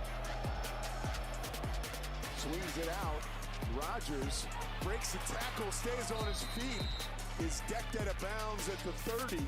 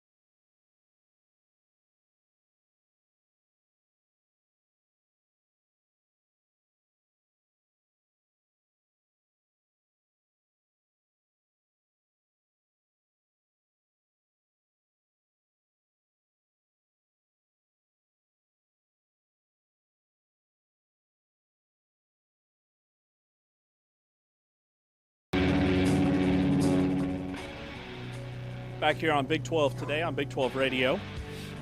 Taman on the board. He's Ari Timken. I'm James Westling. Anthony behind the camera. If you missed our newcomers series or our Keith Abney interview, Keith Abney, the Arizona State corner who just got drafted by the Detroit Lions, a speed skating national champion in his younger days. If you missed those, you can hear them later on this afternoon. Our newcomers series will highlight the quarterback position here on Big 12 Radio, looking at all the top 5 quarterback newcomers in the conference. And then our interview of the day is Keith Abney, and that'll start at 2 o'clock Eastern this afternoon, 1 o'clock Central Time, and then at 1:45 Central Time, about 45 minutes in, you'll hear Keith Abney. Some really good stuff from him. He's expected to be a starter right away. And that's the thing about the NFL draft. Like, these guys get drafted. If you're drafted at all, you have a chance to start. And really, if you're a top 4, top 5 round pick, many of these teams are drafting you expecting you to start in some capacity. Well, look, you've got to go in with the right attitude and, understand that, regardless of where you're drafted, you're at the low end of the totem pole here, and you've got to prove yourself and work every day. And you're going into a locker room with veteran guys that have, been fighting for their lives to get into the NFL and stay in the NFL, right? Like, these are grown men that are looking to continue to get paychecks.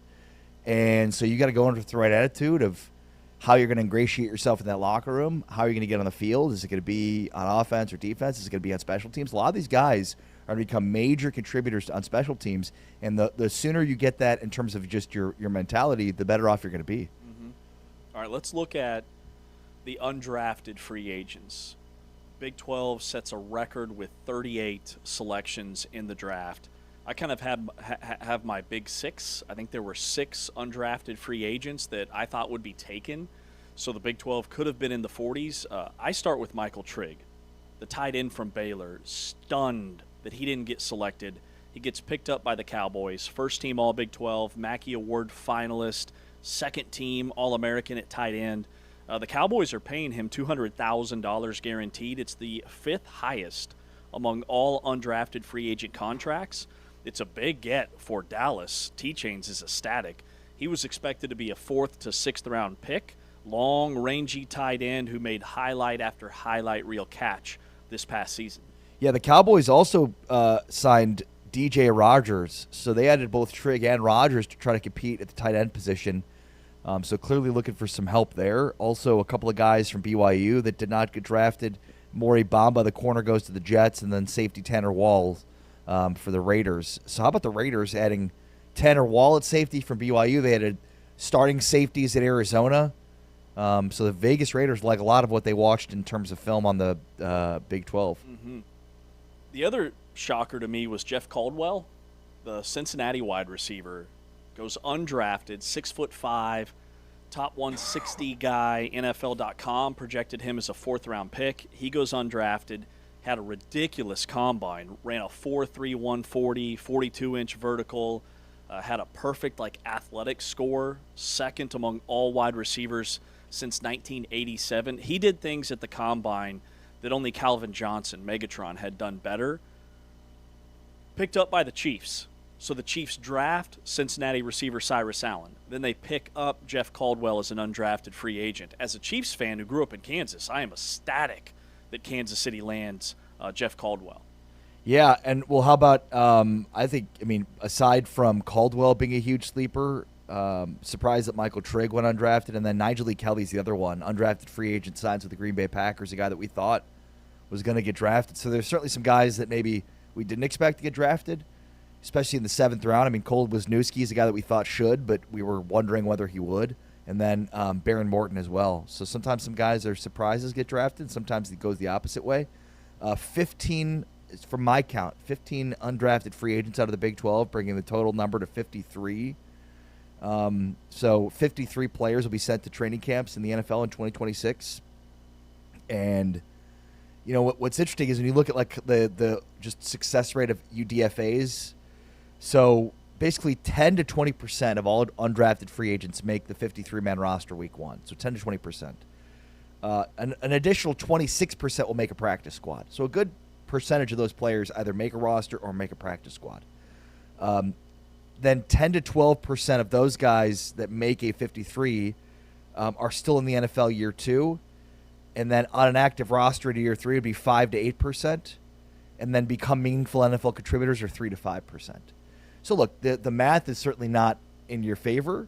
Most of the guys that get drafted are given the benefit of the doubt in terms of their teams, whereas UDFA guys are very highly expendable, but it's not impossible. It's just about the mentality you have when you go in. But basically 10 to 20% make a roster, and 3 to 5% become meaningful players on their rosters over the next 3 to 5 years. Mm-hmm. Yeah, Baron Morton getting taken in the 7th round by the Patriots. Gavin Gerhardt from Cincinnati, the center, gets drafted by the Vikings. They draft 2 Cincinnati Bearcats with Gavin Gerhardt and then Jake Allday. And then Michael Dansby, the defensive back from Arizona, he was a guy that didn't really have on my radar. He gets drafted by Seattle in the 7th round. So those were probably the 3 biggest surprises. I was stunned that Baron Morton got drafted and Sawyer Robertson did not. I mean, with all the tools Robertson has, 6'4", 220, gets picked up by the Raiders, by the way. Apparently there were completion percentage concerns for him, some of his decision-making.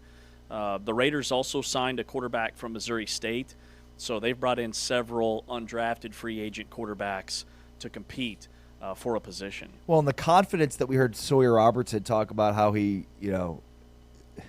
didn't pay attention in class, you wonder how much that translated in meetings he had with NFL teams. Not saying like the John Gruden tape specifically, but just some of his mentality and confidence that was maybe taken the wrong way. Because, Baron Morton comes off to me as a guy that probably would interview better than Sawyer Robertson. Now, if I'm betting on anybody to have a more productive NFL career, it would be without a doubt Sawyer Robertson. But a lot of times it comes to the end of the draft, you're looking for guys that have the right mentality, and maybe Sawyer didn't check that box. 2 years ago, I think Sawyer Robertson would have been projected as a 2nd or 3rd round pick. I mean, it just goes to show what, and I wouldn't say he had a bad year, but like guys can move a lot on draft boards. Like I'd love to sit here and look at 2027 prospects, but so many things can change.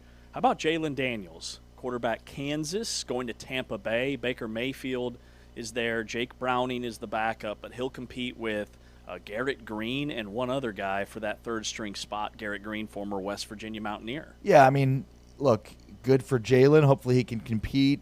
I think his career, he was a incredible record-setting type quarterback for Kansas, but I think the limitations are there. The size, the injury history, that kind of stuff, like the tape. Has he maxed out? Has he already played his best football? I mean, I would have been shocked if he had been drafted.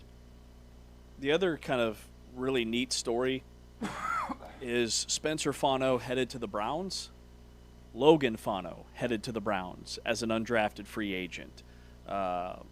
Defensive end, 93 tackles, 18 TFLs at Utah in 28 games.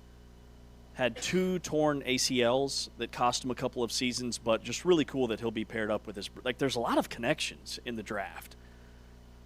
None bigger than this. Yeah. But, I mean, in terms of teams that must have really enjoyed a Big 12 Pro Day, would take 2 or 3 guys from the same school. I mean, totally agree. And Cleveland, it feels like they took a ton of Big 12 players. Now, Cleveland just had a ton of picks overall. I can't remember exactly how many they ended up with, but it feels like they were drafting the entire draft. So good for them.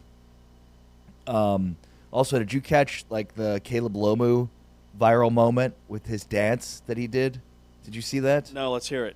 No, there's this, just search Caleb Lomu dance, and basically the video that was shown of him after he was drafted has him doing a very interesting dance, we'll say. Just a guy that isn't going to be reluctant to laugh at himself. Okay. The best way to describe it. Wow. Yeah. People love it. Yeah, no, he went viral for sure. They love it. As viral as Arvell Reese went when he was asked who his favorite player on the Giants was and he couldn't answer. Or as viral as Arvell Reese went when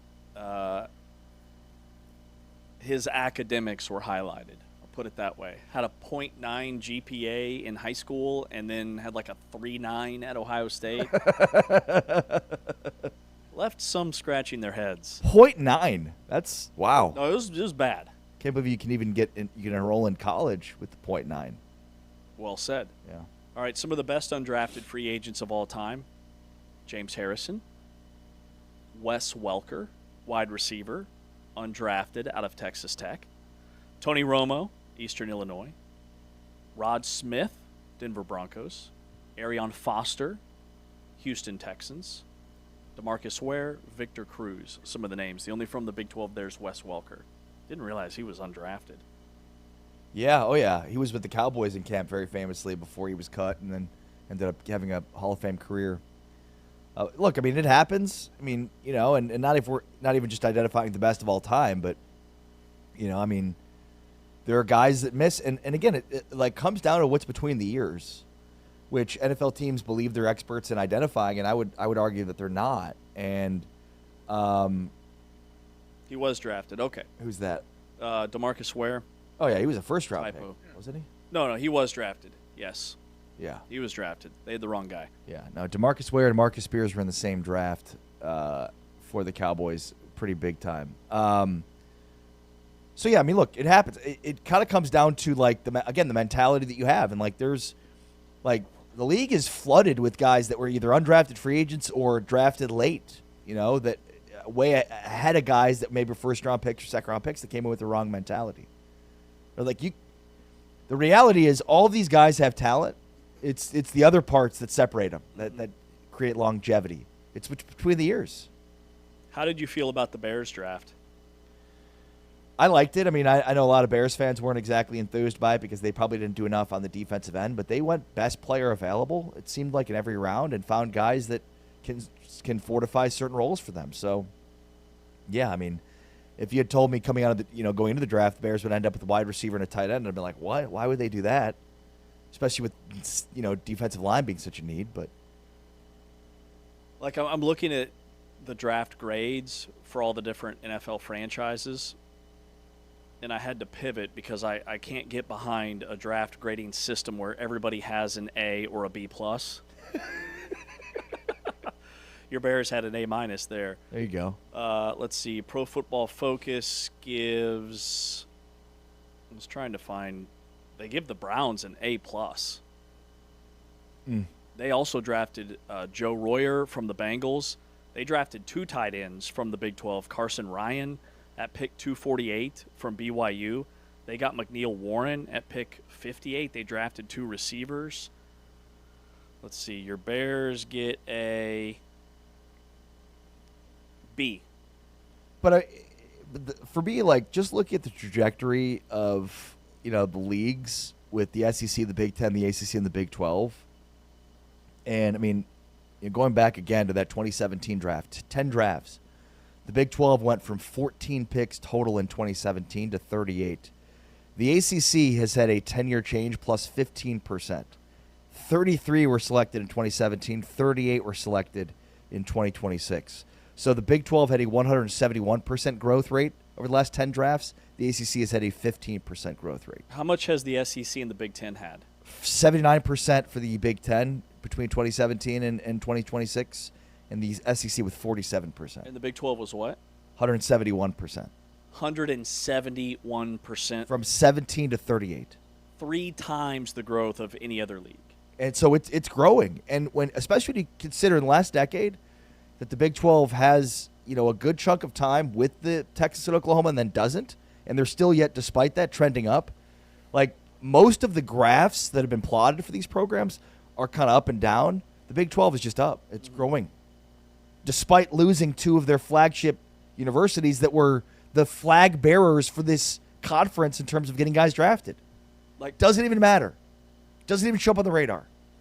Texas Tech having 9 guys taken versus Texas having 6. That is a very direct side-by-side that I think carries a ton of weight. More so than Oklahoma. Never going to let you live down the DeMarcus Ware thing, by the way. All right, David Hellman, we'll see if he lets us live it down. The co-host of the Athletic Football Show coming up next. And then we're about 20 minutes away from our full court review, Modelo's Big 12 basketball team recaps with Houston, the team we're highlighting today. Their play-by-play guy, Jeremy Branham, who's a friend of the program, will be with us at 9:20 Central Time. But we talk to David Hellman next. This is Big 12 Radio, exclusively on TuneIn, watched on Big 12 Studios. Touchdown, Trigg!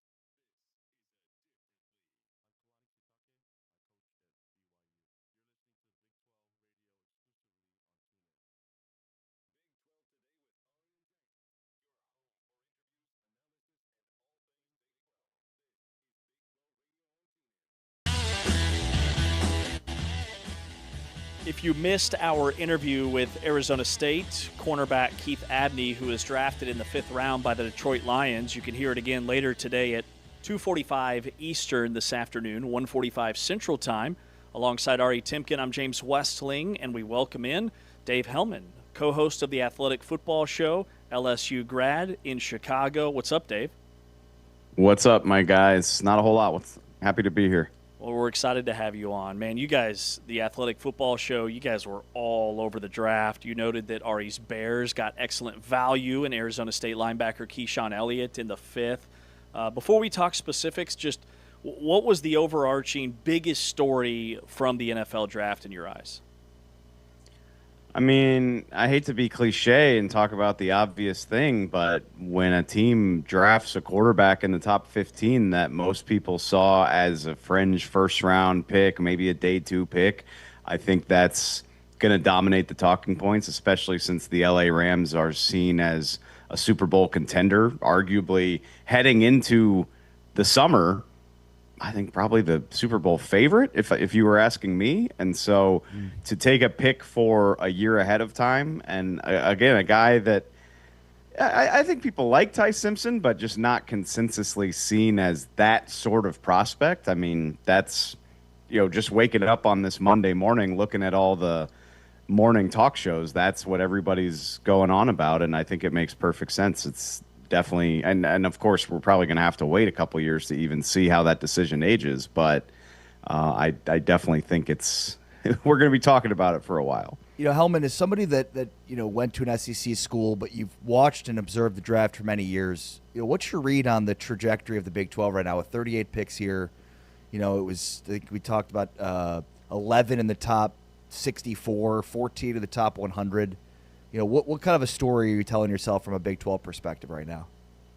Yeah, I was just thinking about that because I knew I was coming on with y'all, and I was just refreshing myself on who went where and what schools they went to. And I'd say it's a pretty damn impressive showing from the Big 12, considering that the Big 10 and the SEC are, at least perception-wise, seen as being on another step above the rest of the conferences. But I mean, David Bailey, Jordan Tyson, both going in the top 10. You see guys, so many Texas Tech players got drafted. You have the Utah tackles going in the first round. So I think what it says to me, and we've seen this, the story of last college football season is that Indiana was the best program in college football. I just, you can do whatever you want to if you've got the money to pay for it, right? Yeah. And so we used to sit here and say like all the best players are from the Southeast, or whatever regional thing you want to pump your chest about.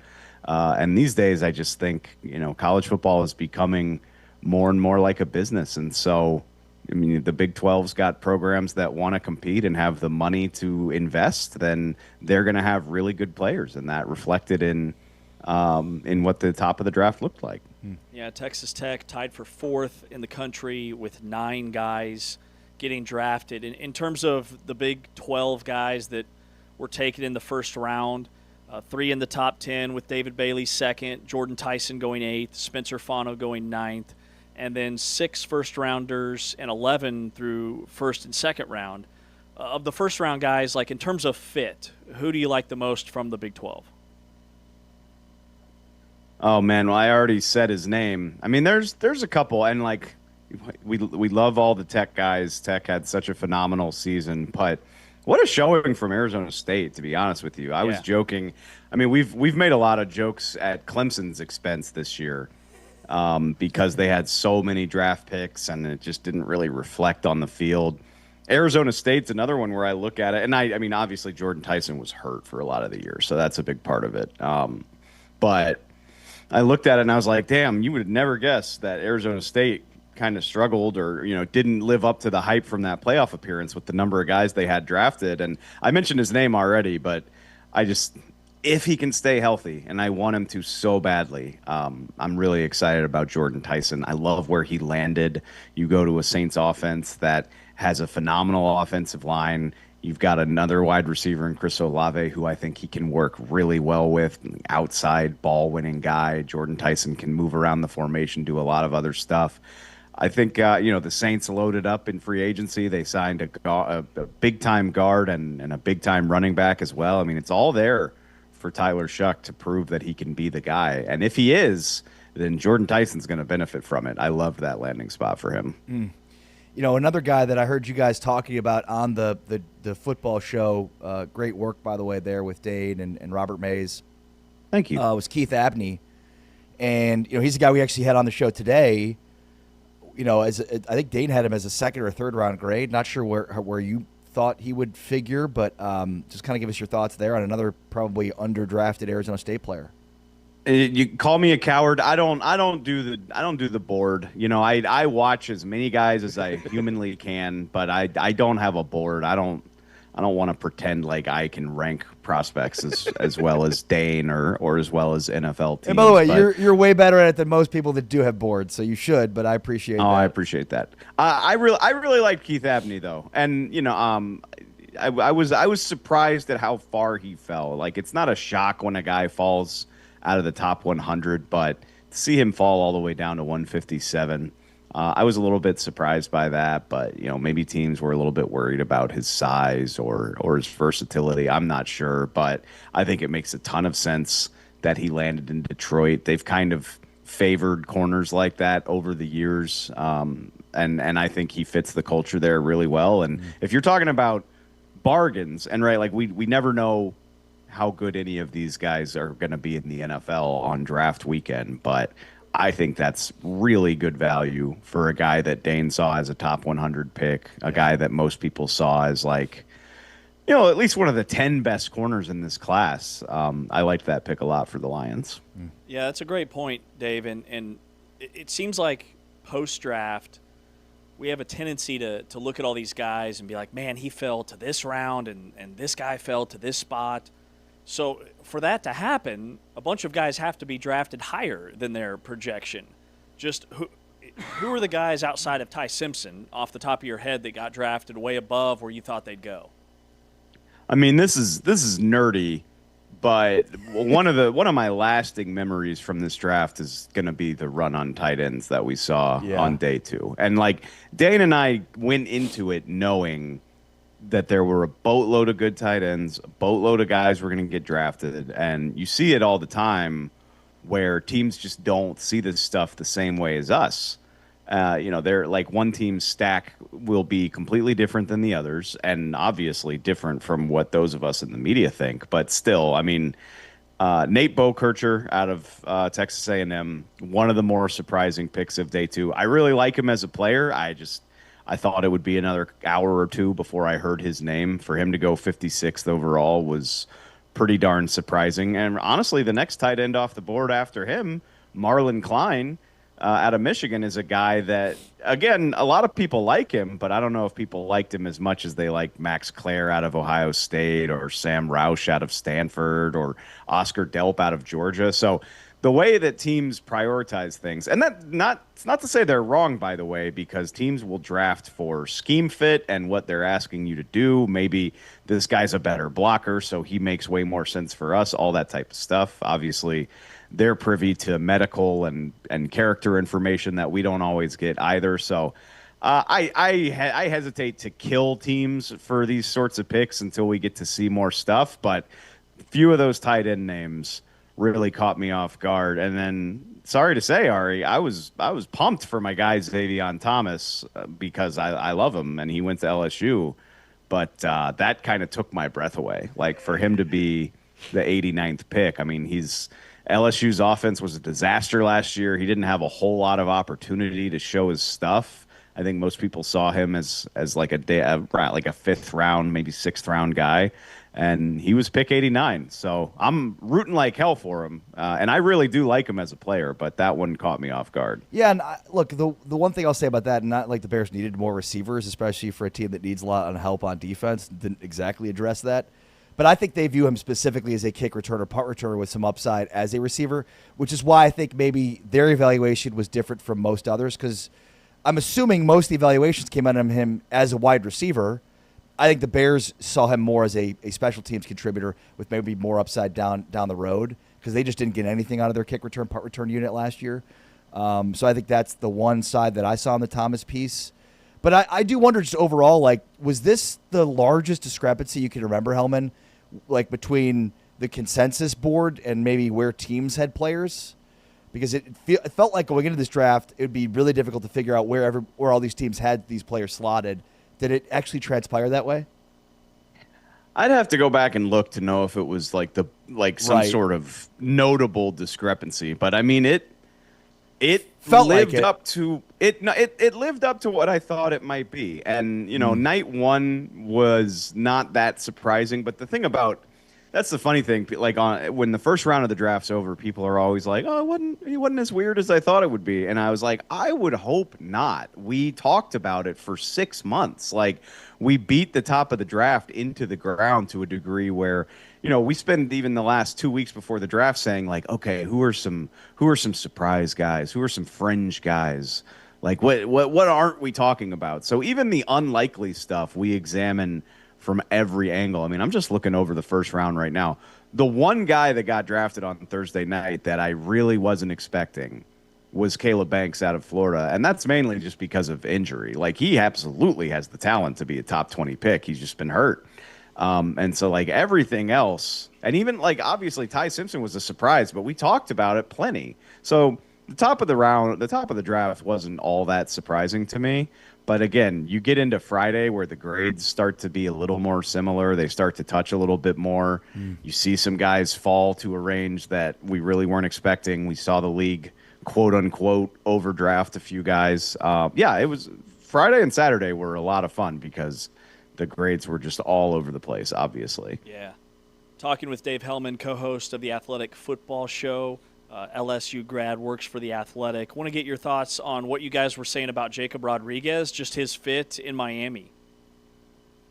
Honestly, my big thing with Rodriguez, I'm curious what it means for the Dolphins' build moving forward. And as somebody who pays close attention to the Dallas Cowboys, I'm really curious because Dolphins used pick 43 on Rodriguez, and then they drafted Kyle Lewis out of Pitt later on. Guy that a lot of people are really high on. He's just classic kind of a tweener. Is he a linebacker? Is he a safety? What do you do with him? But so they drafted two really promising young linebackers, and I just look at Jordan Brooks down there in Miami, phenomenal linebacker, who is not on a long-term deal, and I'm like, okay, what do we got planned over there, Dolphins? Are you interested in moving Jordan Brooks, or are you just trying to load up your linebacker depth chart? So that was my primary impression, but obviously Jacob Rodriguez, just a phenomenal player. I think he proved during the course of the draft process that he is a better athlete than he was getting credit for.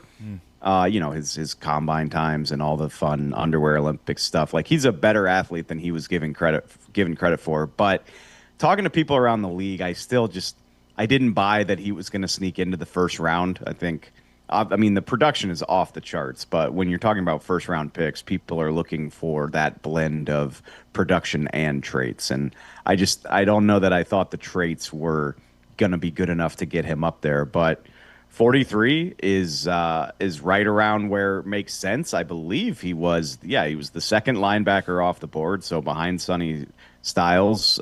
Clearly teams thought very, very highly of him. Such an intelligent player, and I don't know exactly what it's going to look like. Like I said, I'm keeping an eye on Jordan Brooks, but I'm guessing he's going to have an early pathway to playing time, and there's so much opportunity there with the Dolphins because they are just a blank slate. So I would imagine this is a guy that's going to play a lot of snaps as a rookie, regardless of whether Brooks is there or not. All right, Dave, real quick before we let you go, I grew up in Kansas, lifelong Chiefs fan. Tell me about the LSU corner that the Chiefs traded up to get. Oh, man, Mansour Delane. Kind of similar to Jacob Rodriguez, and it's the story of this draft.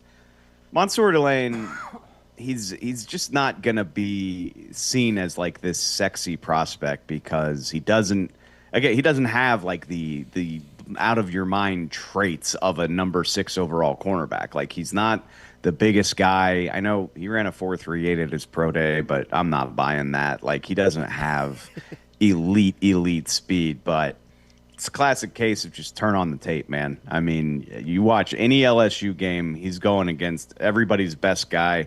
Casey Concepcion out of Texas A&M got him a couple times, but for the most part, across the season, he was just all over it. I want to say, I think the stat was that he gave up something like 19 receptions for either 0 or 1 touchdowns across the year. And this was on an LSU team that didn't have a whole lot to play for by the second half of October. Just a smooth, clean player, so good in coverage, so confident in coverage. And, I think a lot of us tricked ourselves into thinking the Chiefs wouldn't use a big pick on a cornerback because they don't usually. Yeah. But I don't think there's any question that he was the best cornerback in this draft class. And so for them to prioritize that, and I said it at the time, I think a lot of people were confused or, was this worth a trade up? And I look at it and I'm like, man, if Steve Spagnuolo prioritized this guy enough to encourage the Chiefs to get this done, what other recommendation could you want? I think the world of the guy. And again, that's another guy where he's landing in a spot where they're going to give him all the tools and the opportunity to be successful. I was excited about that. Yeah, he'll be CB1. Dave, awesome stuff, man. Appreciate your time. We'll have you on again. Appreciate it, guys. Thanks, Dave. Be well, man. Dave Y'all Hellman. too. Dave Hellman, Thanks, guys. co-host of the Athletic Football Show, joining us here on Big 12 today on Big 12 Radio to break down the NFL Draft.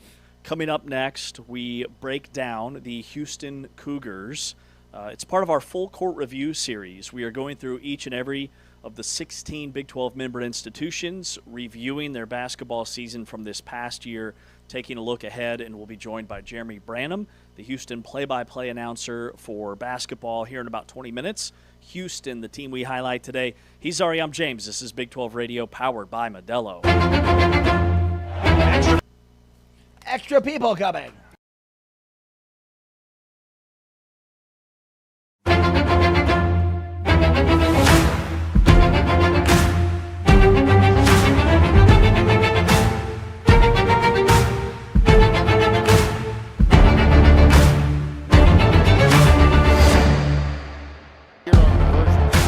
Jackson's in trouble now.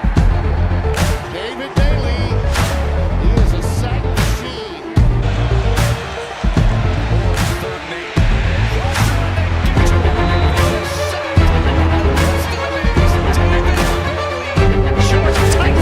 He found Tyson.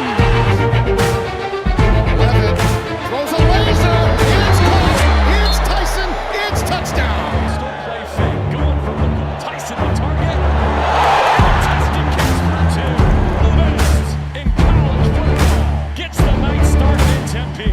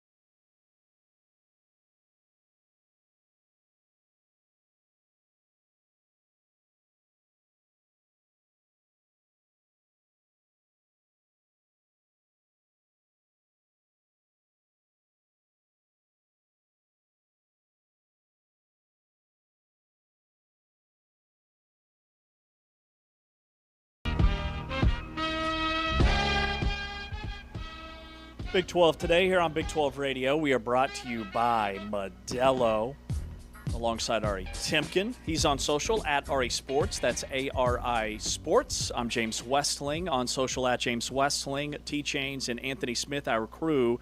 So Kelvin Sampson and the Houston Cougars, the team we highlight today, 5th straight year that Houston has won 30 or more games. They go 30-7.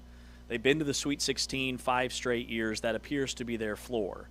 Now, that's the good part. The bad part is they hit their floor this year in terms of just how far they would go. They were beat in the Sweet 16, a blowout loss at the Toyota Center in Houston's own backyard, lost to Illinois. Houston finishes 30-6 overall, 14-4 in Big 12 play, second in the nation defensively in points per game allowed, but offensively 27th. In offensive efficiency.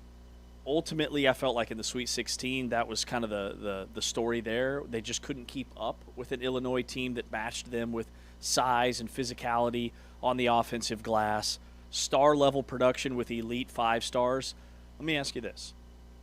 Coming off a national championship game appearance against Florida 2 years ago, coming into last season with all the freshmen kind of leading the way, did it feel like they overachieved, underachieved, or about the same? Like if I said before the year, hey, they'll go 30-6, but they won't win the Big 12 title and they'll get bounced in the Sweet 16, how would you react? Yeah, I'd say they underachieved, but I think that speaks to the strength of the expectations of this team.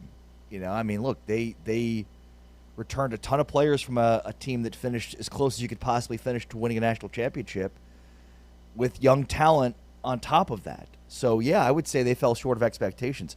But it's 7 straight NCAA tournaments that they've made the Sweet 16. So, I mean, it going back, basically the only year they didn't was, 2020 when there wasn't a tournament. And then before that would have been 2017, 2018. So when you think about basically like they went a long period of time without making the tournament or losing in the first round. So basically between 1986 and 2016, they made the tournament 4 times and never got out of the first round. They lost in the second round in 2017, 2018, and every year since that they've held tournaments, they've been to the second weekend. It is unbelievable what Kelvin Sampson has done. He's been to 2 Final Fours in that same amount of time. He will go to more. And, yeah, I mean, this was a hugely disappointing season for them, given what expectations are for a team that started preseason top 2, top 3. They were in the conversation all year, and they fall in the Sweet 16 to an Illinois team that many expected them to beat in Houston. And that's the part that's hard to swallow. Now, Illinois had a ton of people there. That was like a Big Ten takeover because Iowa had been there, and I'm trying to think who the other team in that pod would have been. But with Emmanuel Sharp coming back, with Milos Uzan coming back after he tested the NBA draft waters, I didn't think the backcourt was the issue. I thought the backcourt exceeded expectations. Emmanuel Sharp, he was so good in the Big 12 tournament 2 years ago in the NCAA tournament where he averaged like 18 or 19. That was a major uptick, though, from his season-long production. He did have, like on paper, his best year in terms of his efficiencies, in terms of his points per game, rebounding, lack of turnovers, all of that. So I felt like he did his part, certainly. Milos Uzan kind of went through some shooting struggles. Kingston Flemings was their leading scorer, but ultimately I think they missed Juwan Roberts more than anything else. Like their front court depth just wasn't there. No, I completely agree. I mean, and it was, best shown within that Illinois game where JoJo Tugler has to leave with foul trouble. Khalifa Sacco comes in and, basically did not score a point or grab a single rebound in 8 minutes. 2 fouls, committed a turnover. So, yeah, that showed you just how deep of a drop-off there was from their front court. And, yeah, to your point, like probably the reason we overrated them. Did not realize how big of a step back their front court would take. I also think, like, Isaiah Harwell, of all their 5-star, Kingston Flemings was a stud. Chris Sinak, I think, came on strong. Isaiah Harwell had a really bad year for a guy that was a 5-star, averaged just 3.6 points per game, shot just 28% from the field, 27% from three-point range. He ends up transferring out and going somewhere else. Where did he end up? Do we know? Gonzaga. Yeah. But a guy that I think you'd say had a pretty rough freshman year as a 5-star. But I'll tell you the most telling stat of their loss to Illinois was they attempted 2 free throws in that game. I mean, that's not a style. Houston does not play a style that's conducive to only shooting 2 free throws in a basketball game. Right. So they're still a lead on defense. They were 4th in Ken Palm defense. In their Sweet 16 loss, Houston shot 34% overall and were 28% from 3. So it was their worst shooting performance of the season. They only had 2 free throws. Offense was their issue last year.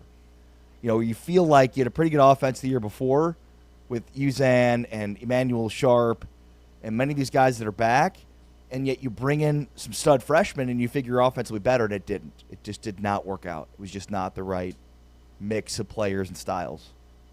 And it's crazy to say like it didn't work out. Right. And they were in the Sweet 16. Totally. You know? Very few teams have a failure of a season getting to the Sweet 16. Exactly. Juwan Roberts and L.J. Cryer was the other one that I think they really missed from that national championship runner-up team.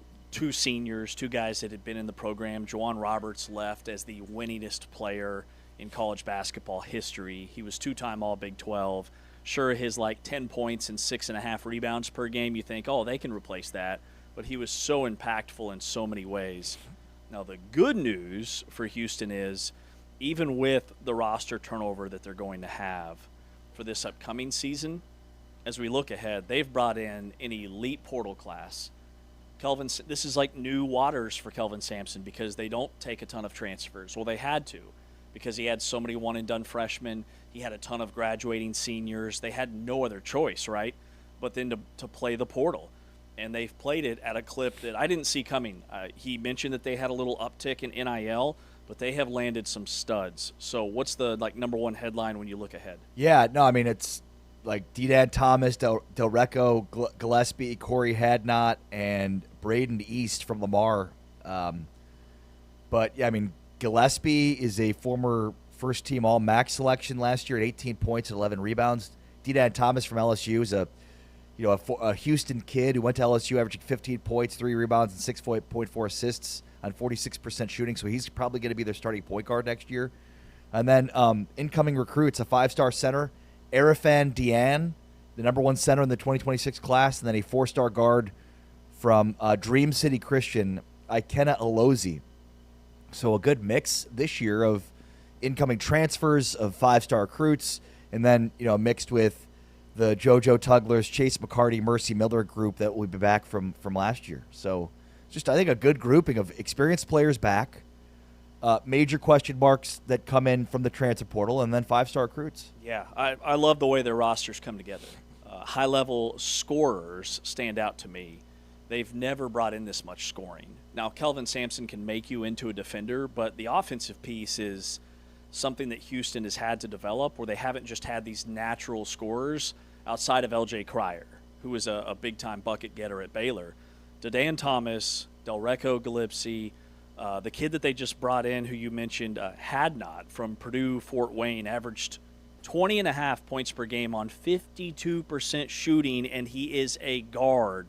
Local product, went to Cypress Creek High School there in Houston. Even Braden East was a 13-point-per-game guy at Lamar.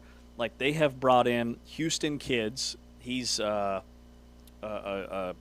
Houston native. He grew up like 30 minutes easted from the Fertitta Center. Like, they have brought in some guys that can fill it up. And then the returners. Mercy Miller got so much better this season. Chase McCarty, who was bothered by a wrist injury, almost missed the entire year. He had to redshirt his freshman year. By the end of the season, he's playing starter quality minutes for Houston. So the blend, to your point, of 5-star transfers, returners, I think looks better on paper than it did this time last year. Well, and look, I mean, a year ago, we saw a team that came as close as you could possibly to winning a national title and thought, like, oh, man, look at what they have coming in. And you just can't pick up where you left off in seasons anymore. And I think last year's a great example of that. Milos Uzan probably doesn't come back to Houston. What does that roster look like? Are they a better team? Are they a worse team for it? So I think, whereas going into this year, we thought they'd be the favorites to win it all because they just pick up where they left off and have a bunch of talent to get them over the hump. And yet it's suddenly became like Kingston Fleming's show for him, which was great to see a rookie explode that way, or a freshman explode that way, and parlay that into a possibility of being a top 5, top 10 pick in the upcoming NBA draft.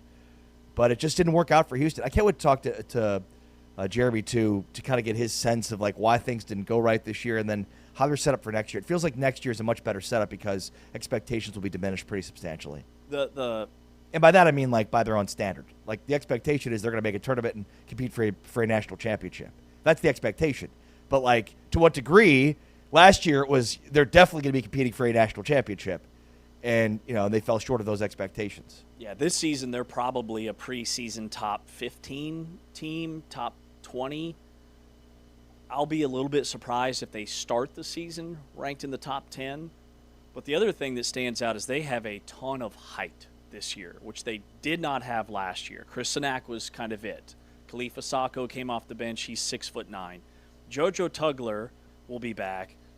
Dion, the center, who's 7'1", and then Gillespie's a 6'8" tweener who can play anywhere from the 3 to the 5 spot.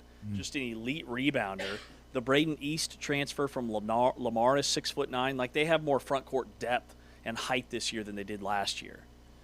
Well, and look, defensively, we know what to expect, right? I mean, this is going to be a team, regardless of who their personnel are, that will get off the bus and be a top 5 Ken Palm defense. Right. The question is, how much more efficient can their offense be? They've been a offense that's been overly reliant. I wouldn't say overly reliant. They've been an offense that's certainly been about pace, slow pace, and shooting a bunch of threes, getting good offensive possessions, not turning the ball over. And so we'll see if that changes or evolves. All right, coming up next, Jeremy Branham is the Houston play-by-play announcer. He's all over men's basketball, part of our Modelo Big 12 basketball team recaps as we highlight the Houston Cougars, the team today. Jeremy joins us after this timeout. He's Ari, I'm James, and this is Big 12 Radio.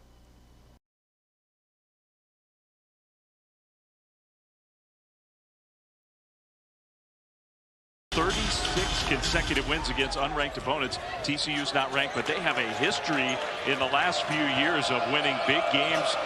Rebound Cougars. Okay, Fleming, Sean Farnham, glad to have you with us for what we expect a spirited game. Kingston Fleming, so talented, the freshman from San Antonio. Rebound. Sinak grabs the offensive board. Flemings shoots the three. Good! With a hand in his face. The weather's better inside here, too, than it was at Soldier Field that day. Outside, not a whole lot different. It's been gnarly here in Fort Worth. Posey dumps it home. Good look from Punch. Yeah, such a good three-point shooter. Sometimes we don't value his ability to take you off the bounce and get to that spot.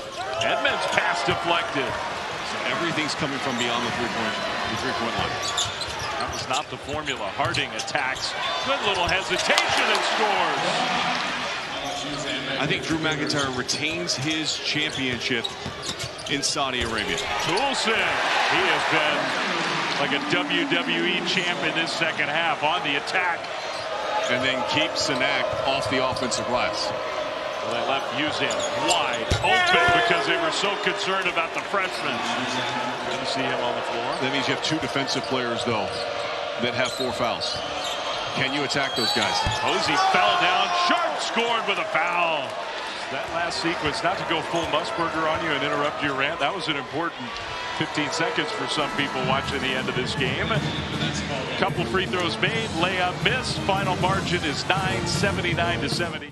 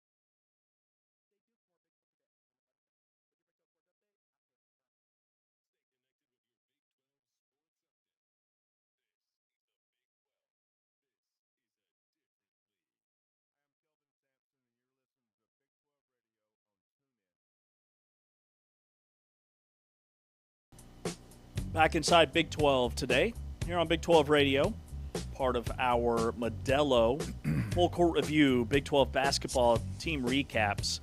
Houston, the team that we take a look at today, joined now by Jeremy Branham, who is the Houston men's basketball play-by-play announcer, also a host on ESPN 97.5 out of Houston.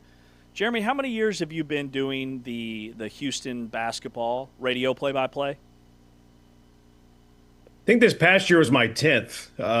I started doing it in Kelvin Sampson's third year, and this is his 12th year, if memory serves. This was his 12th year, so I think I'm just completing my 10th season with the on the men's side. Okay, so his third year, they went 21-11 in the American, just missed the tournament. So thinking, from where you were there to like last year, we were talking, felt like kind of a down year in terms of the final result, and that was still a Sweet 16. Yeah, I was still 30 wins too. That's not many teams get there. Not many teams get to 30 wins. I think it's very popular, and most people do this. They allow the NCAA tournament result to define the season. However you finish in the NCAA tournament is how seasons are defined. And I concede I'm in the minority when it comes to this, that I don't really allow myself to subscribe to that narrative. 30 wins is a lot. There's not many teams that get to 30 wins. They've done it, 5 years in a row now.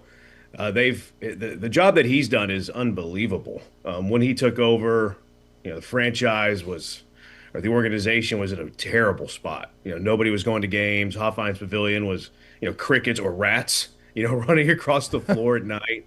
I think that there's been two coaching jobs in this century that I would put ahead of any others, and it's Houston and what Scott Drew did at Baylor. Yeah, well said. What's so interesting, Jeremy, is the way that they finished so close to winning a national title a couple years ago, and then you think they're going to pick up right where they left off, and they don't. What do you think went into some of the quote unquote issues they had this year? Yeah, see, again, I have trouble viewing it from that point of view. Right. National championship game to Sweet 16. I understand where you're coming from. I think it was more of, I think the greatest divide between those two teams was just, the seasoning, right? 2 years ago, you had so many players that had been through the wars, that had been through the battles. L.J. Cryer had seen it all. L.J. Cryer won a national championship at Baylor. Wasn't really in the rotation when they won it, but he was there. Right. He was on the team. He went through it. Jawan Roberts, he had been through the battle. He had more wins in Houston Cougar basketball history than anybody. Think about that. Akeem, Elvin Hayes, Clyde, you name it. Jawan Roberts had more wins than anybody in program history. He had been through the battles. He had been through the wars. Uzan was a junior. There's so many players on the team that were so seasoned. And then you look at this year's team, and they were green, Kingston Flemings is your point guard. He's a true freshman, talented player. I mean, he's going to be a top 10 pick, no doubt about it, but didn't have those battles. Did it affect him at the end? Not sure that it did. Chris Sinak, freshman, he's going to be an unbelievable player in 5 years. He was really good this year, but he didn't have those battles. He didn't have those wars. And then you look at, the bench, there are a lot of youth there. So I think the difference is more, how veteran the team was 2 years ago versus last year's team that was, very, very young and needed some seasoning, needed those battle, scars and all that. I think if you were to take this team and, just place them in college basketball in 2 or 3 years, impossible to do.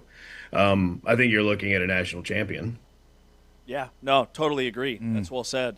So can you highlight the guys that'll be back for next year? JoJo Tugler, but then also like Mercy Miller, I thought got a lot better as the season progressed. And Chase McCarty really came on as of late. What do you see from those two for next year? Yeah, I'm really excited for JoJo Tugler to have an offseason. He has been hurt, it seems like, every single season where he's playing through something. His freshman year, he didn't finish the season. They didn't have him. A lot of people remember the Jamal Shedd injury against Duke, which, was devastating. That was a huge blow. They finished the last month and a half without JoJo Tugler that year too. That was, a loss, but he didn't have that offseason.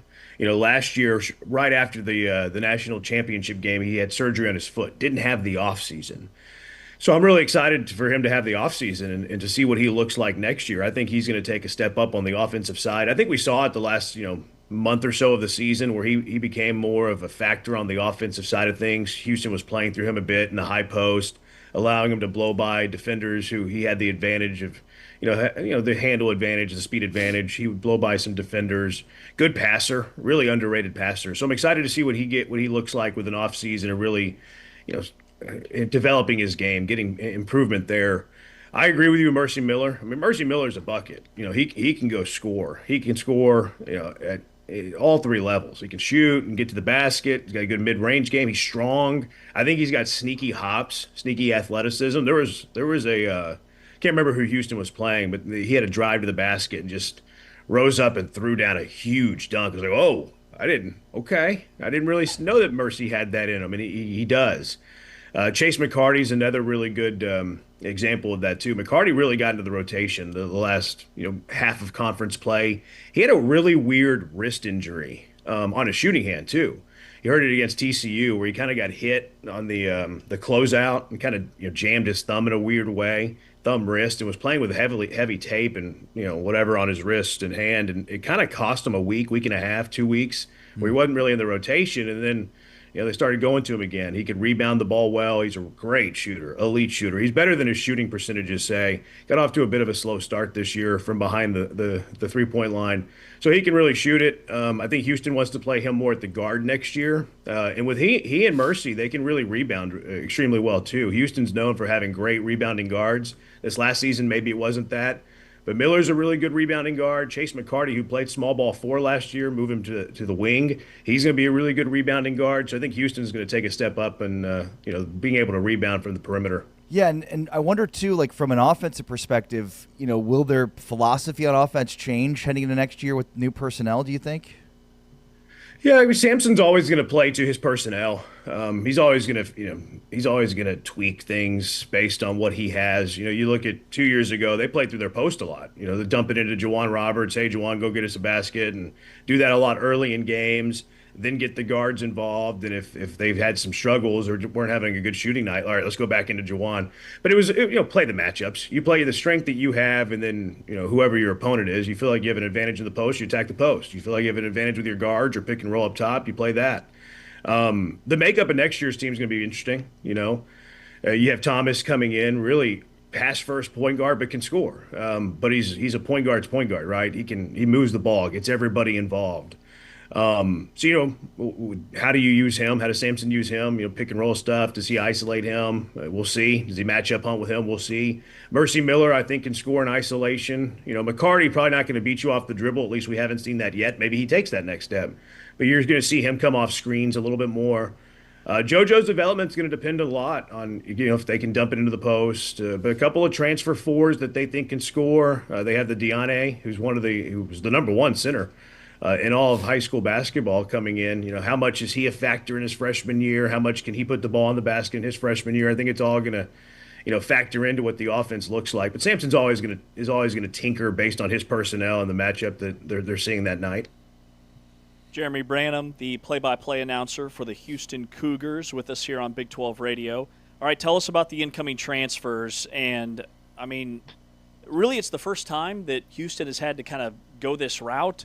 Naturally, that makes sense because of the guys that went pro and all the graduating seniors. But who are you most excited about and why?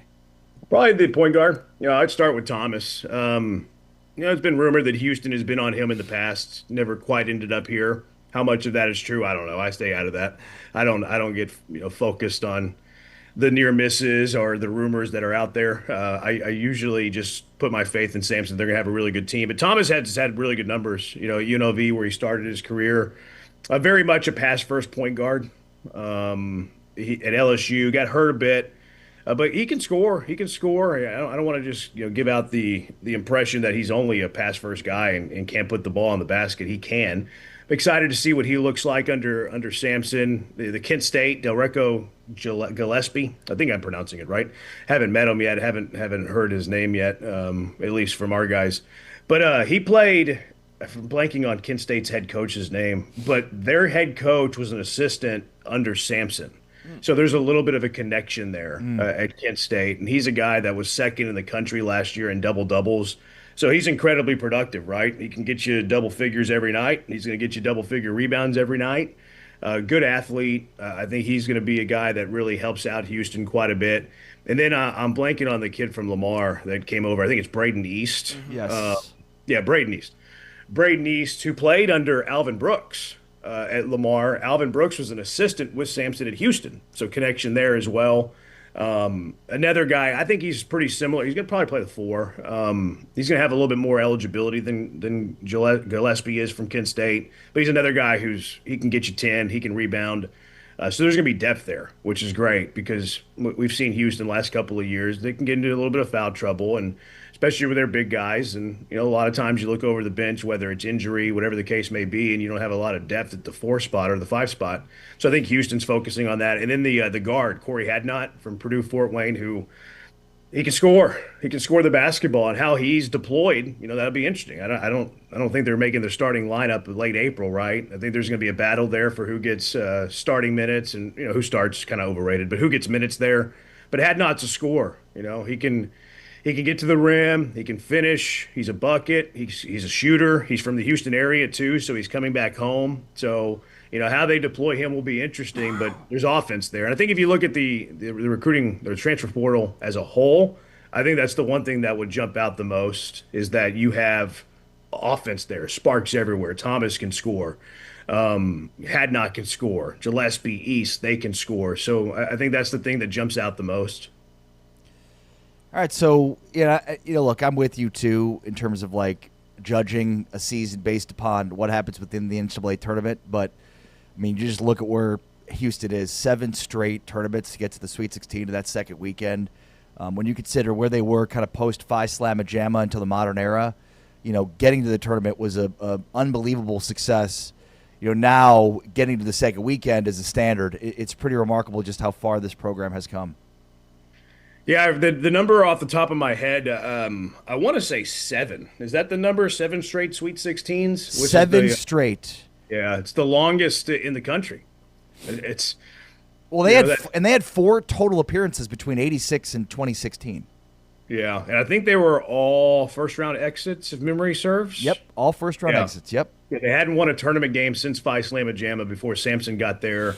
And they beat San Diego State with Rob Gray. A little finger roll that had a little English on it that rolled in. Should have beat Michigan in the second round. Yes. But, yeah, there was a little 3-pointer made by Jordan Poole there at the buzzer that kind of – and Michigan went to the national championship game that year. Yeah, so, right. Yeah, they've been incredibly consistent. They've been the most consistent team in the country. I mean, yeah. The numbers tell you that. They have the most wins of anybody in the country in the last 8 years. They've been to 7 straight Sweet 16s, which is the most of anybody, the longest active streak in the entire country. There was the not within the program, but maybe from a national perspective, there was they play in the American. Well, that's why they're racking up wins. They're playing in the American. They're playing in the American. They get 30 wins because they're playing in the American. But then they get to the Big 12 and they win the title back years. So right. you can't speak to that. So it's been the most consistent program in the country. Second weekend, it has been an expectation. I think when you speak about the program, Houston doesn't look at it that way. It probably speaks to their why they've been so consistent and why they've been so good. They don't talk about what's ahead. We have this team tonight, and this is what they do well. This is how we're going to have to beat them. This is what we have to do. We're going to play to our standard, no matter who we're playing. And that's why they've had the consistency. They're really good. They're incredibly coached. And they have this standard of we have to play to it. And if we don't, we're probably going to get chewed out a little bit. Just a little bit. Awesome stuff. Jeremy, last thing for me is, where did you get that hat? That is the hat of the year. That is sweet. Yeah, it's a little Shasta playing golf, huh? There's a company that produces merch for Houston. I think it's a third party though. I don't think they're affiliated with the school. Okay. But they do have the licensing. It's not an illegal hat. I think it's called Section something. I want to say the exact name. I think it's Section 12. Yeah, Section 12X. They sell a bunch of U of H stuff. They have some sweet polos, hoodies, quarter zips.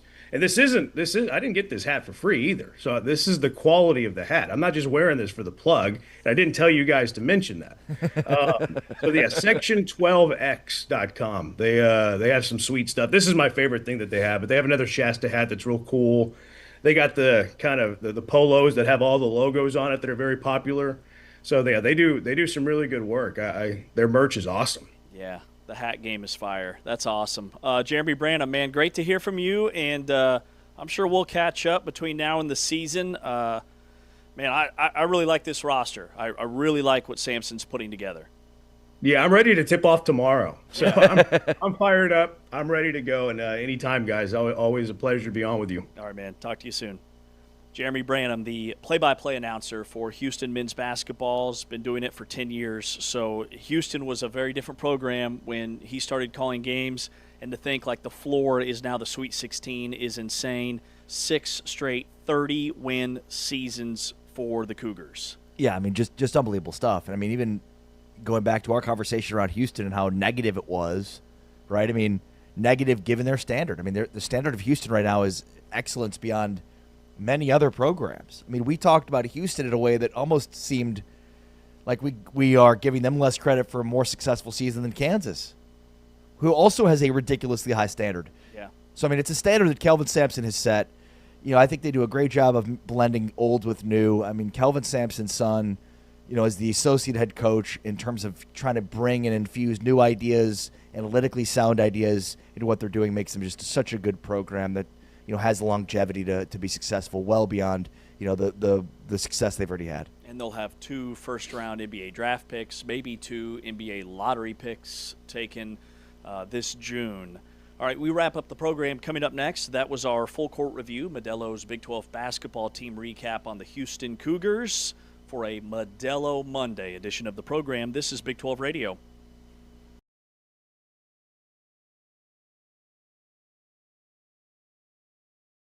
Hard to believe this location was once Hawthorne's Pavilion, but it was. Flemings, he can create space without fall away, and he does right away. They turned it over 4 times in this game. 4 of Houston's 6 points have come off turnovers. Flemings on a blow-by. That first step is so quick. Point-blank range, rushed that shot and missed it. And it was a layup. Uzan. Give it to Sacco. Khalifa can do it away from anyone. But sometimes when a game is played, particularly if there's some wolfing back and forth, Sanak again. And the follow. Guess who was there? JoJo on his pogo. Beware when you're in the corner. The trap is coming. Burks again. Up against the clock. NBN, nothing but nylon. Kingston again. You got to get in front of him. 6.5 minutes without a field goal. Only 1 field goal in that stretch. It gets out of hand. A beautiful reversal by Mercy Miller.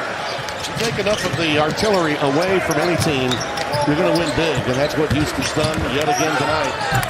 Fleming's just so quick with that first step. 79-55.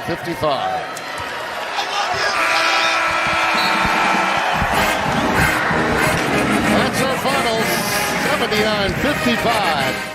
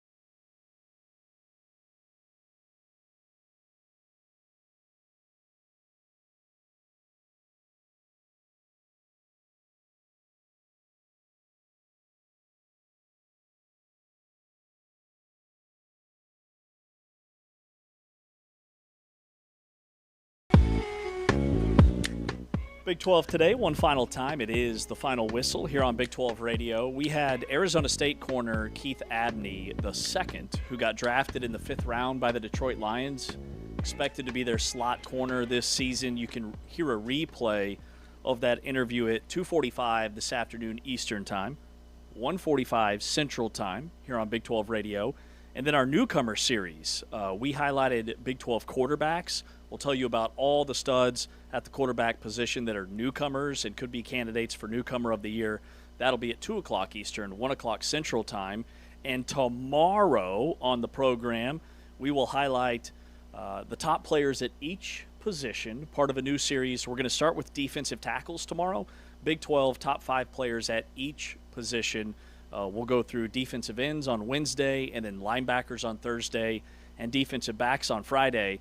So we did the newcomers, we did the transfers, and now we do just the best 5. Each of us will have a separate list coming up on tomorrow's program.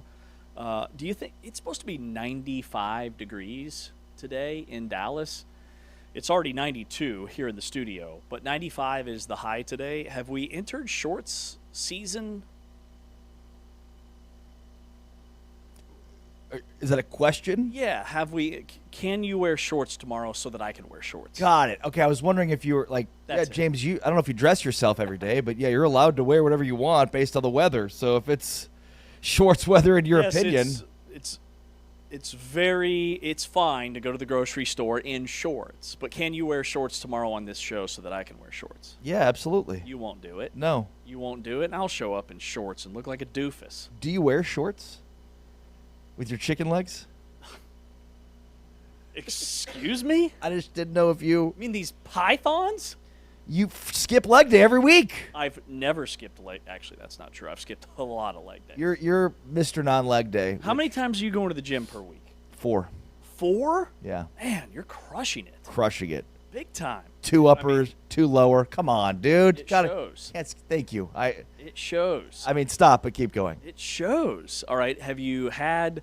I don't know if this is a new thing they're doing at our gym, and I don't know if these people are personal trainers that are employed by the gym owners or what, but they just kind of come around and tell you how great you're doing. So I'm not really there to be socializing. I was going to say, you look pretty unapproachable. I try to give off a vibe of unapproachability. I don't want to be approached. I'm there for a very specific purpose. I'm not like gym culture guy, like, yeah, fire me up. I wouldn't be there unless I was motivated internally to be there. Otherwise, I just wouldn't show up. So like once I'm there, my motivation is there. I don't need extra motivation to be there. Does that make sense? Yes. I'm not there to socialize. I got plenty of other places I can socialize. Last place I want to be to socialize is the gym, quite frankly. Right. It just eats into how long you have to be there. Yeah, Same. totally. By the way, I'm now a pretty experienced camper.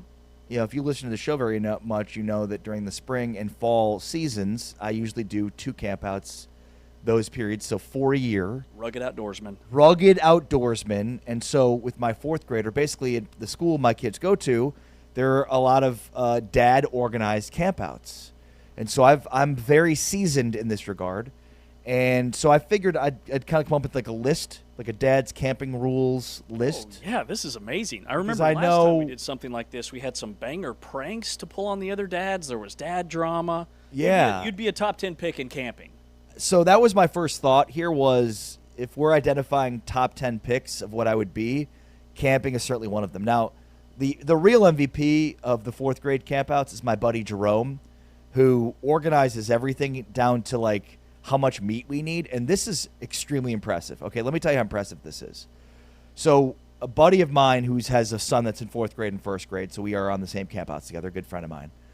He asked Jerome to basically, hey, here's our group. Here's the total number of dads we have. Here's how many kids we have. How much food should we order? Wow. So he basically evaluated it based on it was 0.3 pounds of chicken per dad, 1.5 pounds of chicken per kid. Seriously, it would be if you're doing fajitas with beef and chicken, it needs to be 0.4 pounds, literally based on the consumption habits of us to have as an actual number that is the amount of meat you would need to buy. And he hit it on the head.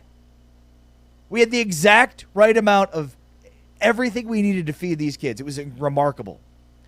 So rule number 1 is the most important rule of the dad campouts. Moms aren't in on it. Totally a dad's production, right? Which means they don't have to worry about it, right? It's totally on me to pack my kid, make sure he's got enough clothes, make sure he's got snacks, make sure he's got everything he needs. I'm the seasoned vet. I've been to a bunch of campouts. Mom doesn't need to be in on it. Mom's in on everything else in terms of planning and, so let's keep moms out of it. Yeah, this is your moment. This is my moment. Don't need moms diminishing my moment. You spread those wings and you fly. Now, that's 1. Now, 1A is, therefore, you have to designate one of the dads to be the king picture taker. In order to really keep the moms out of it, that's an important position. There needs to be a stream of pictures that are being sent through to moms on a consistent basis throughout the campout. Best way to keep them arm's reach away from the campout and campout festivities. Group chat, just sending the pictures to a group so you don't have to send them multiple times? Correct. Okay, nice. There's one dad designated as the group designator, picture taker, and distributor.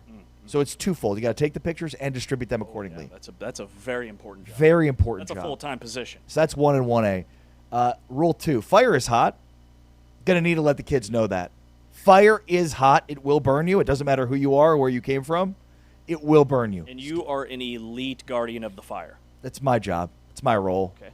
I'm the fire guy. I've got the singed hairs and the burnt pupils to I show thought your you. arms looked a little less hairy today. Yeah, I'm gonna be honest. I'm pretty impressed with myself. The close proximity that I get to the fire ring, most people won't touch. That makes sense. For good reason. You're a reptilian. Okay. Basically a reptile. I was gonna say, I basically have reptilian skin from my years of covering fires. So no kids ended up. No, and look, we've never had any issues with kids entering the fire, but just important because the 4th grade group that I go with, very seasoned. These kids understand that fire is hot. The 1st grade group, though, you've got some newbies, and they just don't get it. So you had some of the kids that were kind of horse playing around the fire, and it's like, guys, nobody's going to have 3rd-degree burns on my watch. If we're going to be tackling each other, let's stay pretty far away from the fire.